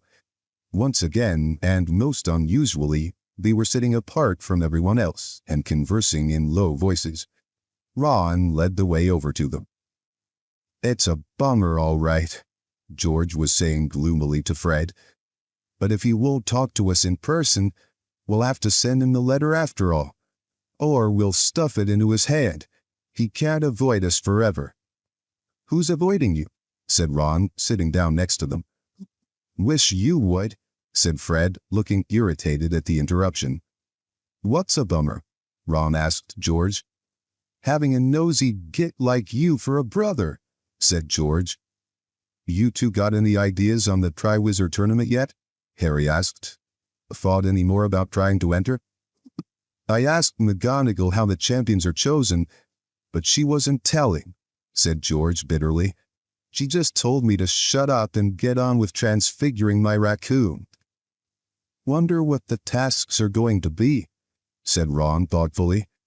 You know, I bet we could do them, Harry. We've done dangerous stuff before. Not in front of a panel of judges, you haven't, said Fred. McGonagall says the champions get awarded points according to how well they've done the tasks. Who were the judges? Harry asked. Well, the heads of the participating schools are always on the panel, said Hermione, and everyone looked around at her, rather surprised, because all three of them were injured during the tournament of 1792, when a cockatrice the champions were supposed to be catching went on the rampage. She noticed them all looking at her and said, with her usual air of impatience that nobody else had read all the books she had, It's all in Hogwarts a History, though of course that book's not entirely reliable. A revised history of Hogwarts would be a more accurate title, or a highly biased and selective history of Hogwarts, which glosses over the nastier aspects of the school. What are you on about? Said Ron, though Harry thought he knew what was coming. House elves, said Hermione, her eyes flashing. Not once in over 1,000 pages does Hogwarts a History mention that we are all colluding in the oppression of 100 slaves. Harry shook his head and applied himself to his scrambled eggs. His and Ron's lack of enthusiasm had done nothing whatsoever to curb Hermione's determination to pursue justice for house elves. True, both of them had paid 2 sickles for an SPEW badge, but they had only done it to keep her quiet.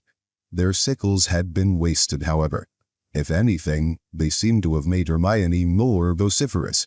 She had been badgering Harry and Ron ever since, first to wear the badges, then to persuade others to do the same, and she had also taken to rattling around the Gryffindor common room every evening, cornering people and shaking the collecting tin under their noses.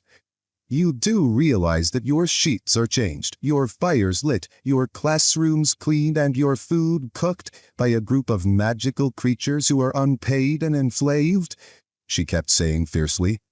Some people, like Neville, had paid up just to stop Hermione from glowering at them. A few seemed mildly interested in what she had to say, but were reluctant to take a more active role in campaigning. Many regarded the whole thing as a joke. Ron now rolled his eyes at the ceiling, which was flooding them all in autumn sunlight, and Fred became extremely interested in his bacon. Both twins had refused to buy an SPEW badge. George, however, leaned in toward Hermione. Listen, have you ever been down in the kitchens, Hermione? No, of course not, said Hermione curtly. I hardly think students are supposed to. Well, we have, said George, indicating Fred. Loads of times, to nick food. And we've met them, and they're happy. They think they've got the best job in the world. That's because they're uneducated and brainwashed. Hermione began hotly, but her next few words were drowned out by the sudden whooshing noise from overhead, which announced the arrival of the post owls. Harry looked up at once, and saw Hedwig soaring toward him. Hermione stopped talking abruptly. She and Ron watched Hedwig anxiously as she fluttered down onto Harry's shoulder, folded her wings, and held out her leg wearily. Harry pulled off Sirius's reply and offered Hedwig his bacon rinds, which she ate gratefully. Then, checking that Fred and George were safely immersed in further discussions about the Triwizard Tournament, Harry read out Sirius's letter in a whisper to Ron and Hermione. Nice try, Harry. I'm back in the country and well hidden. I want you to keep me posted on everything that's going on at Hogwarts. Don't use Hedwig. Keep changing owls and don't worry about me. Just watch out for yourself. Don't forget what I said about your scar. Sirius. Why do you have to keep changing owls? Mom asked in a low voice. Hedwig will attract too much attention, said Hermione at once. She stands out. A snowy owl that keeps returning to wherever he's hiding. I mean, they're not native birds, are they?" Harry rolled up the letter and slipped it inside his robes, wondering whether he felt more or less worried than before. He supposed that Sirius managing to get back without being caught was something. He couldn't deny either that the idea that Sirius was much nearer was reassuring. At least he wouldn't have to wait so long for a response every time he wrote. "Thanks, Hedwig," he said, stroking her.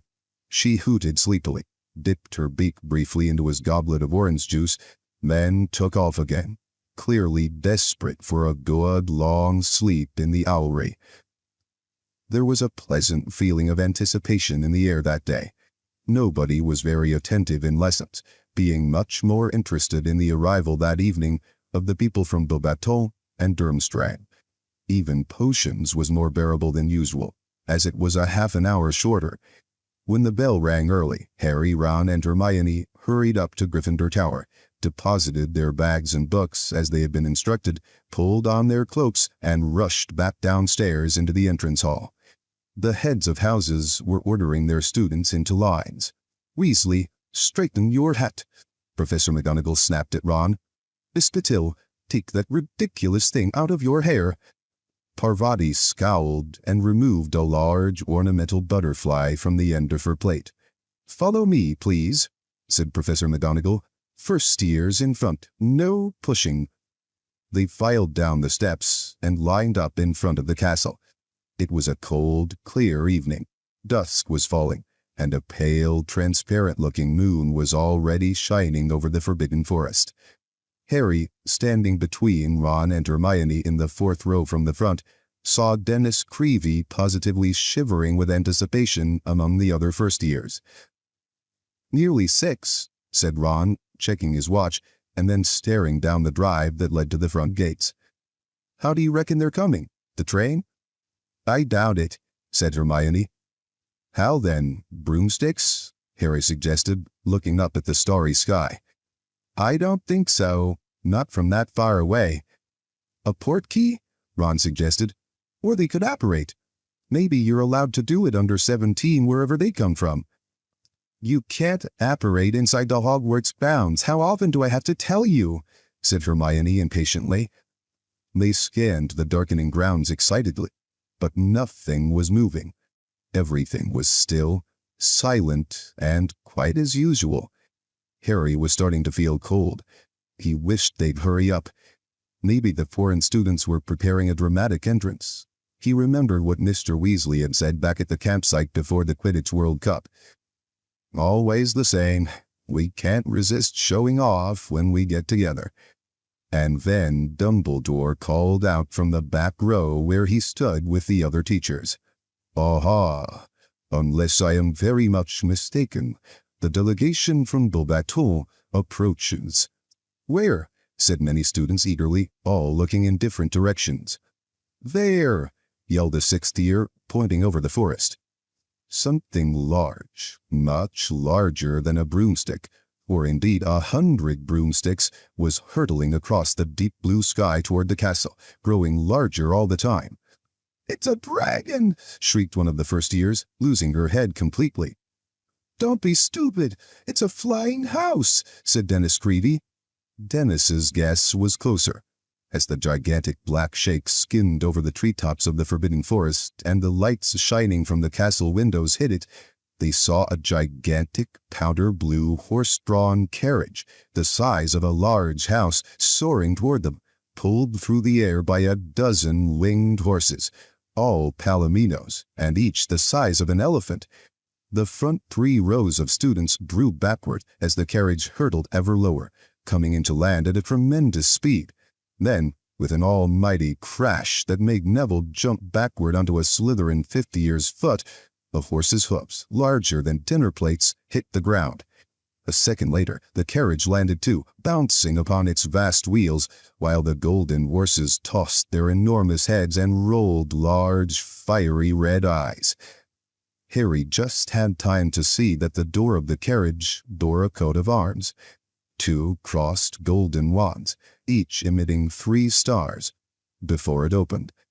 A boy in pale blue robes jumped down from the carriage, bent forward, fumbled for a moment with something on the carriage floor, and then unfolded a set of golden steps. He sprang back respectfully. Then Harry saw a shining, high-heeled black shoe emerging from the inside of the carriage. A shoe the size of a child's sled, followed almost immediately by the largest woman he had ever seen in his life. The size of the carriage and of the horses was immediately explained. A few people gasped. Harry had only ever seen one person as large as this woman in his life, and that was Hagrid. He doubted whether there was an inch difference in their heights. Yet somehow, maybe simply because he was used to Hagrid, this woman, now at the foot of the steps and looking around at the waiting, wide-eyed crowd, seemed even more unnaturally large. As she stepped into the light flooding from the entrance hall, she was revealed to have a handsome, olive-skinned face, large, black, liquid-looking eyes, and a rather beaky nose. Her hair was drawn back in a shining knob at the base of her neck. She was dressed from head to foot in black satin, and many magnificent opals gleamed at her throat and on her thick fingers. Dumbledore started to clap. The students, following his lead, broke into applause too, many of them standing on tiptoe, the better to look at this woman. Her face relaxed into a gracious smile, and she walked forward toward Dumbledore, extending a glittering hand. Dumbledore, though tall himself, had barely to bend to kiss it. "My dear Madame Maxime," he said, "welcome to Hogwarts." "Dumbledore," said Madame Maxime in a deep voice, "I hope I find you well." "In excellent form, I thank you," said Dumbledore. "My pupils," said Madame Maxime, waving one of her enormous hands carelessly behind her. Harry, whose attention had been focused completely upon Madame Maxime, now noticed that about a dozen boys and girls, all by the look of them in their late teens, had emerged from the carriage and were now standing behind Madame Maxime. They were shivering, which was unsurprising given that their robes seemed to be made of fine silk, and none of them were wearing cloaks. A few had wrapped scarves and shawls around their heads. From what Harry could see of them, they were standing in Madame Maxime's enormous shadow. They were staring up at Hogwarts with apprehensive looks on their faces. "Has Karkaroff arrived yet?" Madame Maxime asked. "He should be here any moment," said Dumbledore. "Would you like to wait here and greet him? Or would you prefer to step inside and warm up a trifle?" "Warm up, I think," said Madame Maxime.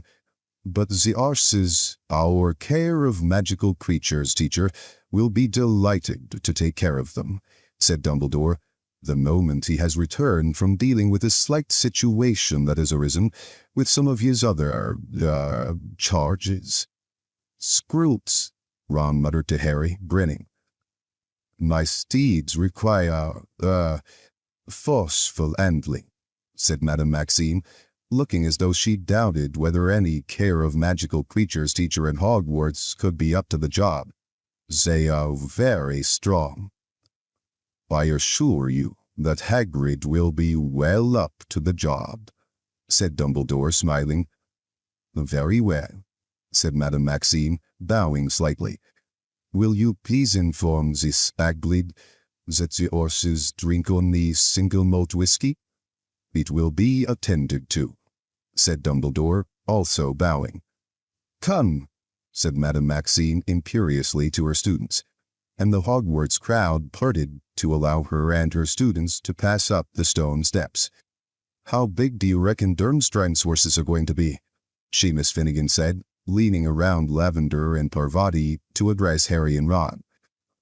"Well, if they're any bigger than this lot, even Hagrid won't be able to handle them," said Harry. "That's if he hasn't been attacked by his Scroots. Wonder what's up with them." "Maybe they've escaped," said Ron hopefully. "Oh, don't say that," said Hermione with a shudder. "Imagine that lot loose on the grounds." They stood, shivering slightly now, waiting for the Durmstrang party to arrive. Most people were gazing hopefully up at the sky. For a few minutes, The silence was broken only by Madame Maxime's huge horses snorting and stamping. But then, "Can you hear something?" said Ron suddenly. Harry listened. A loud and oddly eerie noise was drifting toward them from out of the darkness. A muffled rumbling and sucking sound, as though an immense vacuum cleaner were moving along a riverbed. "The lake!" yelled Lee Jordan, pointing down at it. "Look at the lake!" From their position at the top of the lawns overlooking the grounds, they had a clear view of the smooth black surface of the water, except that the surface was suddenly not smooth at all. Some disturbance was taking place deep in the center. Great bubbles were forming on the surface. Waves were now washing over the muddy banks. And then, out in the very middle of the lake, a whirlpool appeared, as if a giant plug had just been pulled out of the lake's floor. What seemed to be a long black pole began to rise slowly out of the heart of the whirlpool. And then Harry saw the rigging.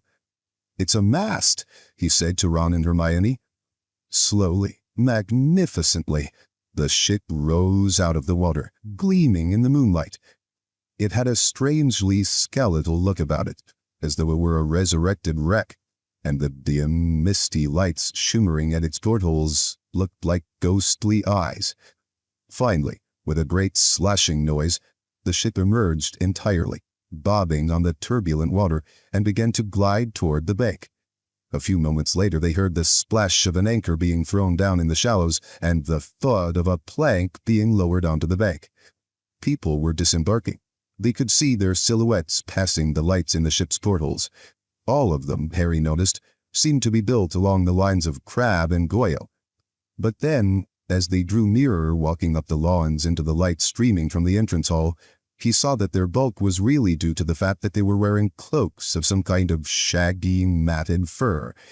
But the man who was leading them up to the castle was wearing furs of a different sort, sleek and silver, like his hair. "Dumbledore," he called heartily as he walked up the slope. "How are you, my dear fellow? How are you?"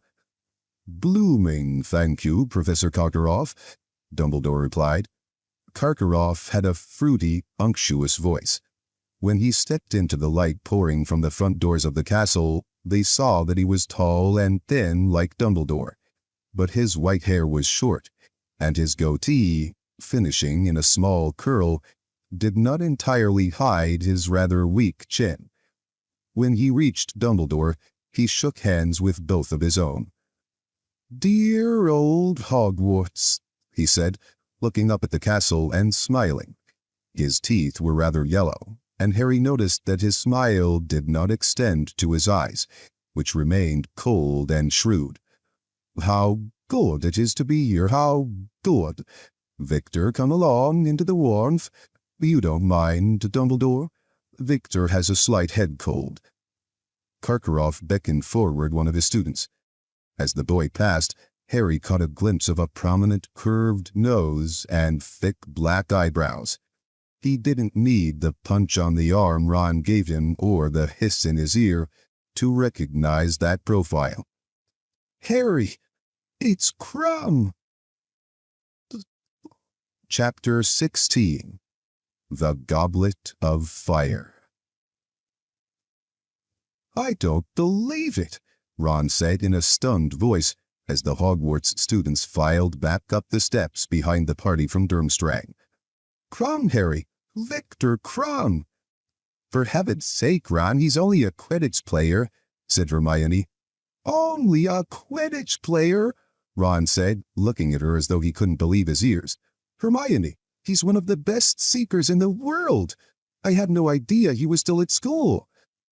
As they recrossed the entrance hall with the rest of the Hogwarts students heading to the Great Hall, Harry saw Lee Jordan jumping up and down on the soles of his feet to get a better look at the back of Krum's head.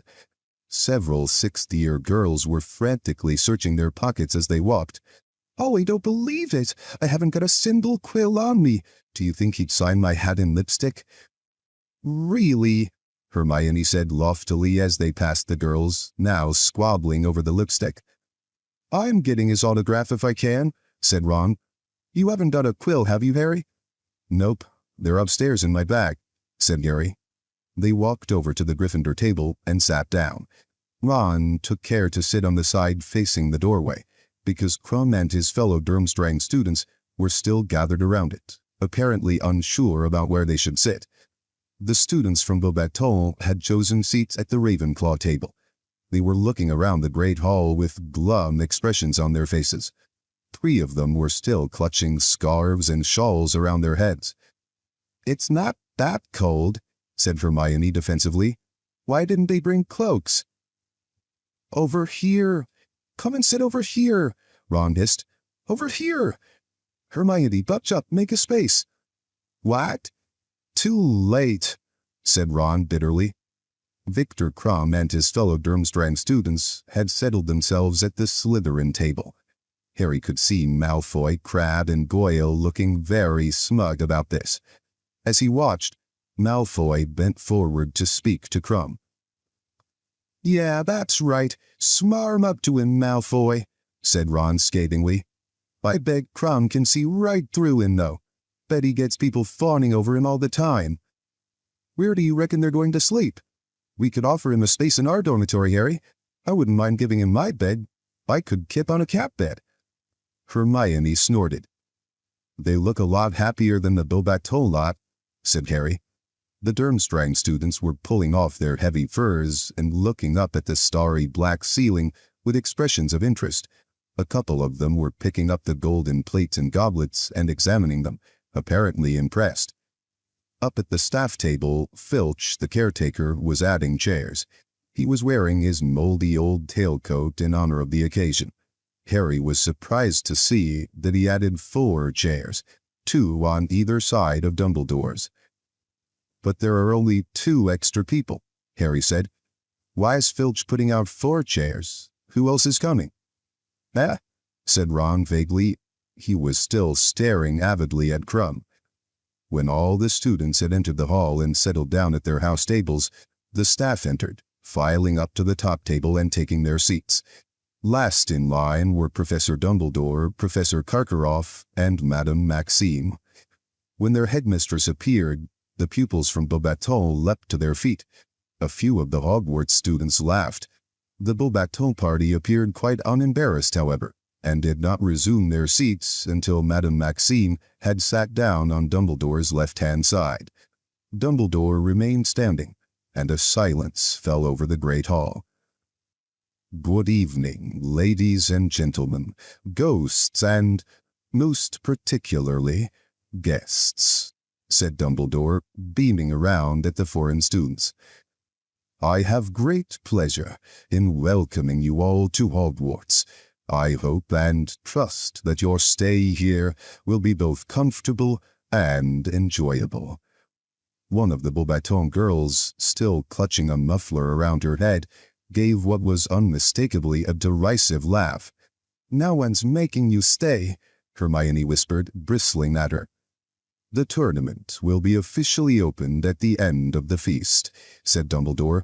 "I now invite you all to eat, drink, and to make yourselves at home." He sat down, and Harry saw Karkaroff lean forward at once and engage him in conversation. The plates in front of them filled with food as usual. The house elves in the kitchen seemed to have pulled out all the stops. There was a greater variety of dishes in front of them than Harry had ever seen, including several that were definitely foreign. "What's that?"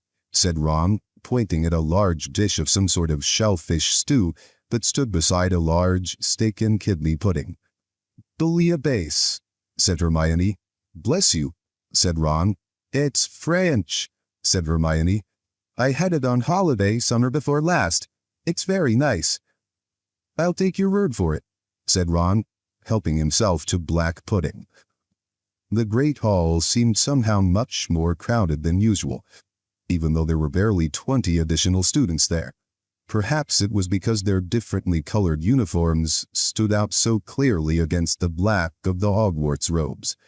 Now that they had removed their furs, the Durmstrang students were revealed to be wearing robes of a deep blood red. Hagrid sidled into the hall through a door behind the staff table 20 minutes after the start of the feast. He slid into his seat at the end and waved at Harry, Ron, and Hermione with a very heavily bandaged hand. "Scroot's doing all right, Hagrid?" Harry called. "Thriving," Hagrid called back happily. "Yeah, I'll just bet they are," said Ron quietly. "Looks like they've finally found a food they like, doesn't it? Hagrid's fingers." At that moment, a voice said, "Excuse me, are you wanting the bouillabaisse?" It was the girl from Beauxbatons, who had laughed during Dumbledore's speech. She had finally removed her muffler. A long sheet of silvery blonde hair fell almost to her waist. She had large, deep blue eyes and very white, even teeth. Ron went purple. He stared up at her, opened his mouth to reply, but nothing came out except a faint gurgling noise. "Yeah, have it," said Harry, pushing the dish toward the girl. "You have finished with it?" "Yeah," Ron said breathlessly. "Yeah, it was excellent." The girl picked up the dish and carried it carefully off to the Ravenclaw table. Ron was still goggling at the girl as though he had never seen one before. Harry started to laugh. The sound seemed to jog Ron back to his senses. "She's a Vila," he said hoarsely to Harry. "Of course she isn't," said Hermione tartly. "I don't see anyone else gaping at her like an idiot." But she wasn't entirely right about that. As the girl crossed the hall, many boys' heads turned, and some of them seemed to have become temporarily speechless, just like Ron. "I'm telling you that's not a normal girl," said Ron, leaning sideways so he could keep a clear view of her. "They don't make them like that at Hogwarts." "They make them okay at Hogwarts," said Harry without thinking. Cho happened to be sitting only a few places away from the girl with the silvery hair. "When you've both put your eyes back in," said Hermione briskly, "you'll be able to see who's just arrived." She was pointing up at the staff table. The two remaining empty seats had just been filled. Ludo Bagman was now sitting on Professor Karkaroff's other side, while Mr. Crouch, Percy's boss, was next to Madame Maxime. "What are they doing here?" said Harry in surprise. "They organized the Triwizard Tournament, didn't they?" said Hermione. "I suppose they wanted to be here to see it start." When the second course arrived, they noticed a number of unfamiliar desserts, too. Ron examined an odd sort of pale blancmange closely, then moved it carefully a few inches to his right, so that it would be clearly visible from the Ravenclaw table. The girl who looked like a Vila appeared to have eaten enough, however, and did not come over to get it. Once the golden plates had been wiped clean, Dumbledore stood up again. A pleasant sort of tension seemed to fill the hall now. Harry felt a slight thrill of excitement, wondering what was coming. Several seats down from them, Fred and George were leaning forward, staring at Dumbledore with great concentration.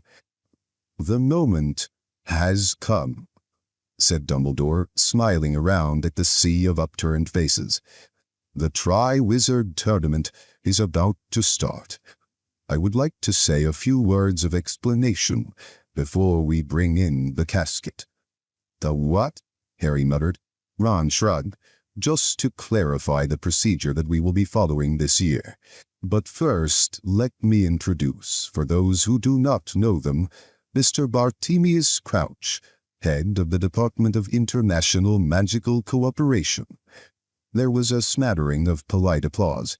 "And Mr. Ludo Bagman, head of the Department of Magical Games and Sports." There was a much louder round of applause for Bagman than for Crouch, perhaps because of his fame as a beater, or simply because he looked so much more likable. He acknowledged it with a jovial wave of his hand. Bartemius Crouch did not smile or wave when his name was announced. Remembering him in his neat suit at the Quidditch World Cup, Harry thought he looked strange in wizard's robes. His toothbrush mustache and severe parting looked very odd next to Dumbledore's long white hair and beard. "Mr. Bagman and Mr. Crouch have worked tirelessly over the last few months on the arrangements for the Triwizard Tournament," Dumbledore continued.